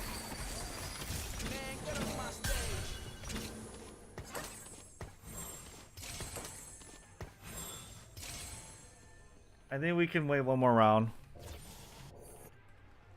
Someone's already 9 though, and with an Anawi too, no less. Fuck.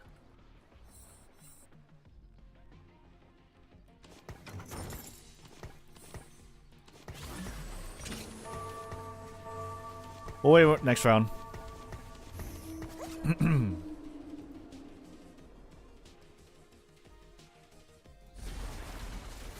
need to keep this for now. Nice. This is the same country guy? Oh, it's a ghost though. Dude, we're getting so much gold from spoils. Holy fuck. Okay.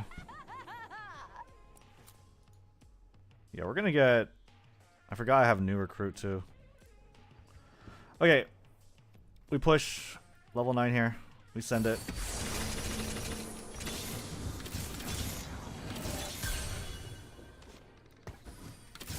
Shadows into the spotlight.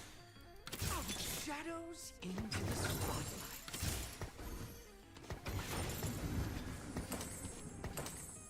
Let's dance.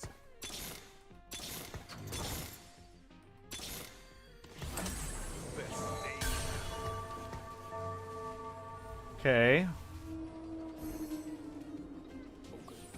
I need Ezreal for a big shot. Well, maybe not.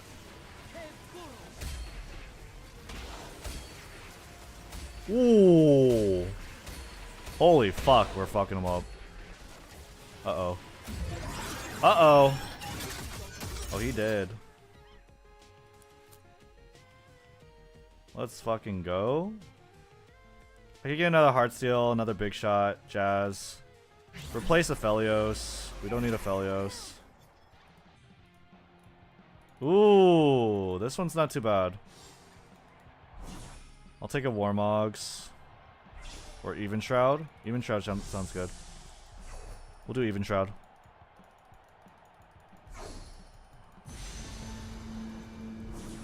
Alright, sick.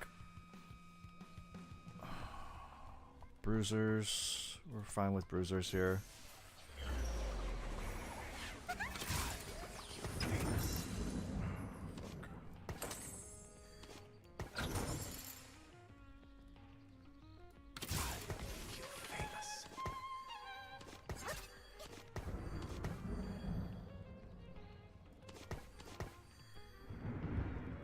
Okay.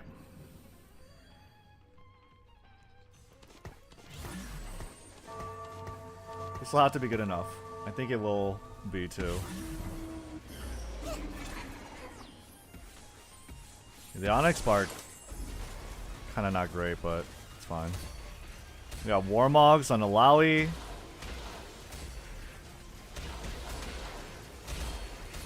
Ooh. Oh my god. There's so much gold. Wow, I actually lose. Let's do this.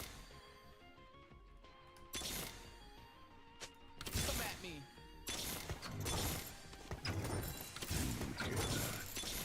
It is the end.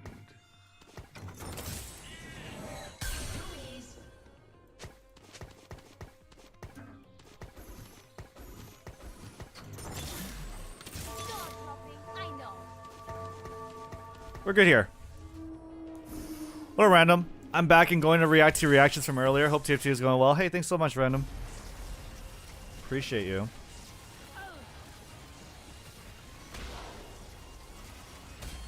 Let's go. Okay.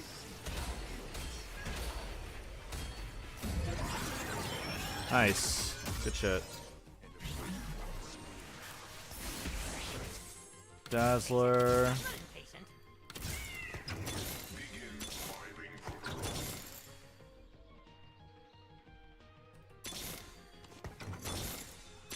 I probably shouldn't have rolled just yet. I probably should have just waited for the dragon. I'm dumb.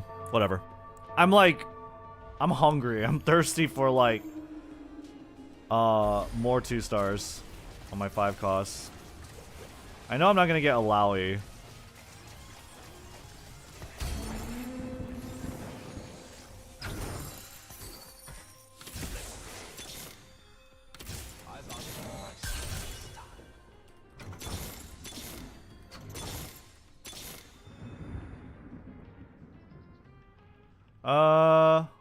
No. Boom. And then we win. I think we're pretty good.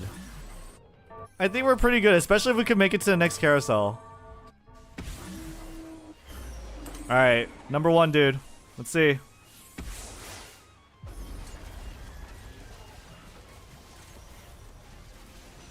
She's fighting Big Shot. Killed the back line. Oh, yikes, dude. Nah, you can't. Can't stop this. Champion recruiter. New recruit. I got traits all out in the second page.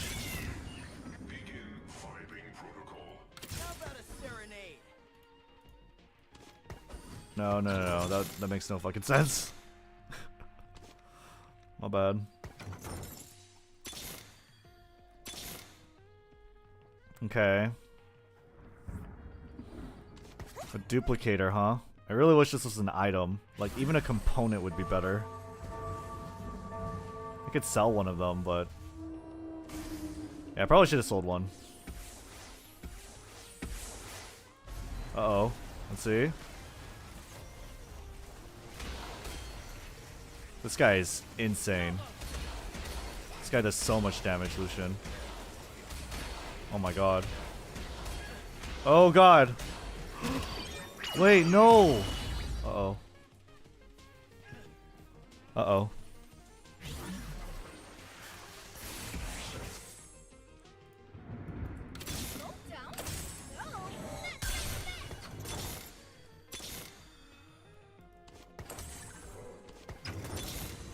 Nope.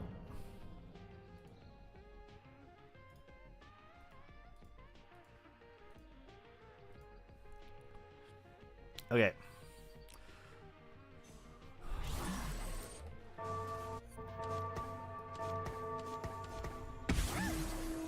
This is the Akali player. Yeah? Oh shit, he doesn't have Akali. Fuck, I might lose. Uh-oh. My tentacle should be up front. That's wrong.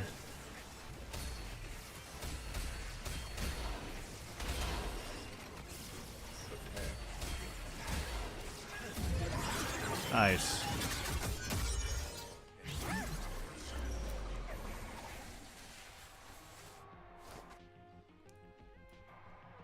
Oh, true damage, true damage, true damage. True damage emblem! True damage! Wait. Okay. Yes.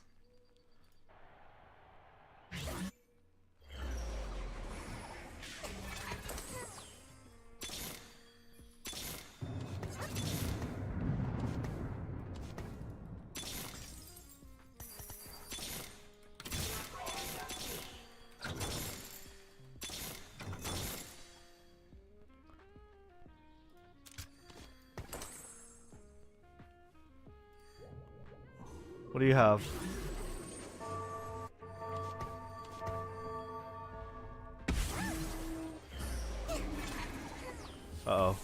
2-star Kane.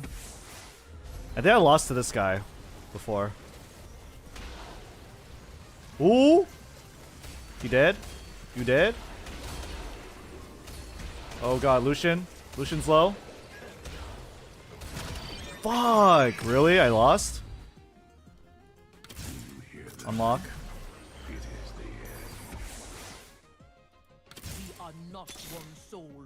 We Fuck. are many. Damn, dude.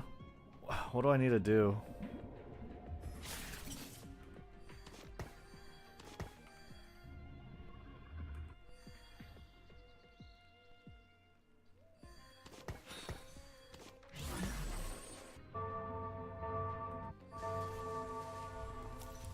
Uh-oh. I have him hitting a tentacle, I think. Which might be bad. Yep. I was trying to kill, like, Kane quick and easy, but... yeah, it's not gonna work. GG. His friend's too tanky? Yeah. Damn, dude. That's unfortunate. It's wild. Damn.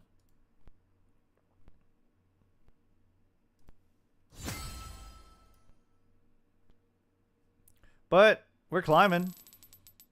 Hey, second place again. No problem. Yeah, he had quite a bit. He had quite a bit. Unfortunately, he had the Alawi 2-star. I feel like that is a huge difference. Also, he had Yorick 2-star. So he had like all the good tanky 2-stars.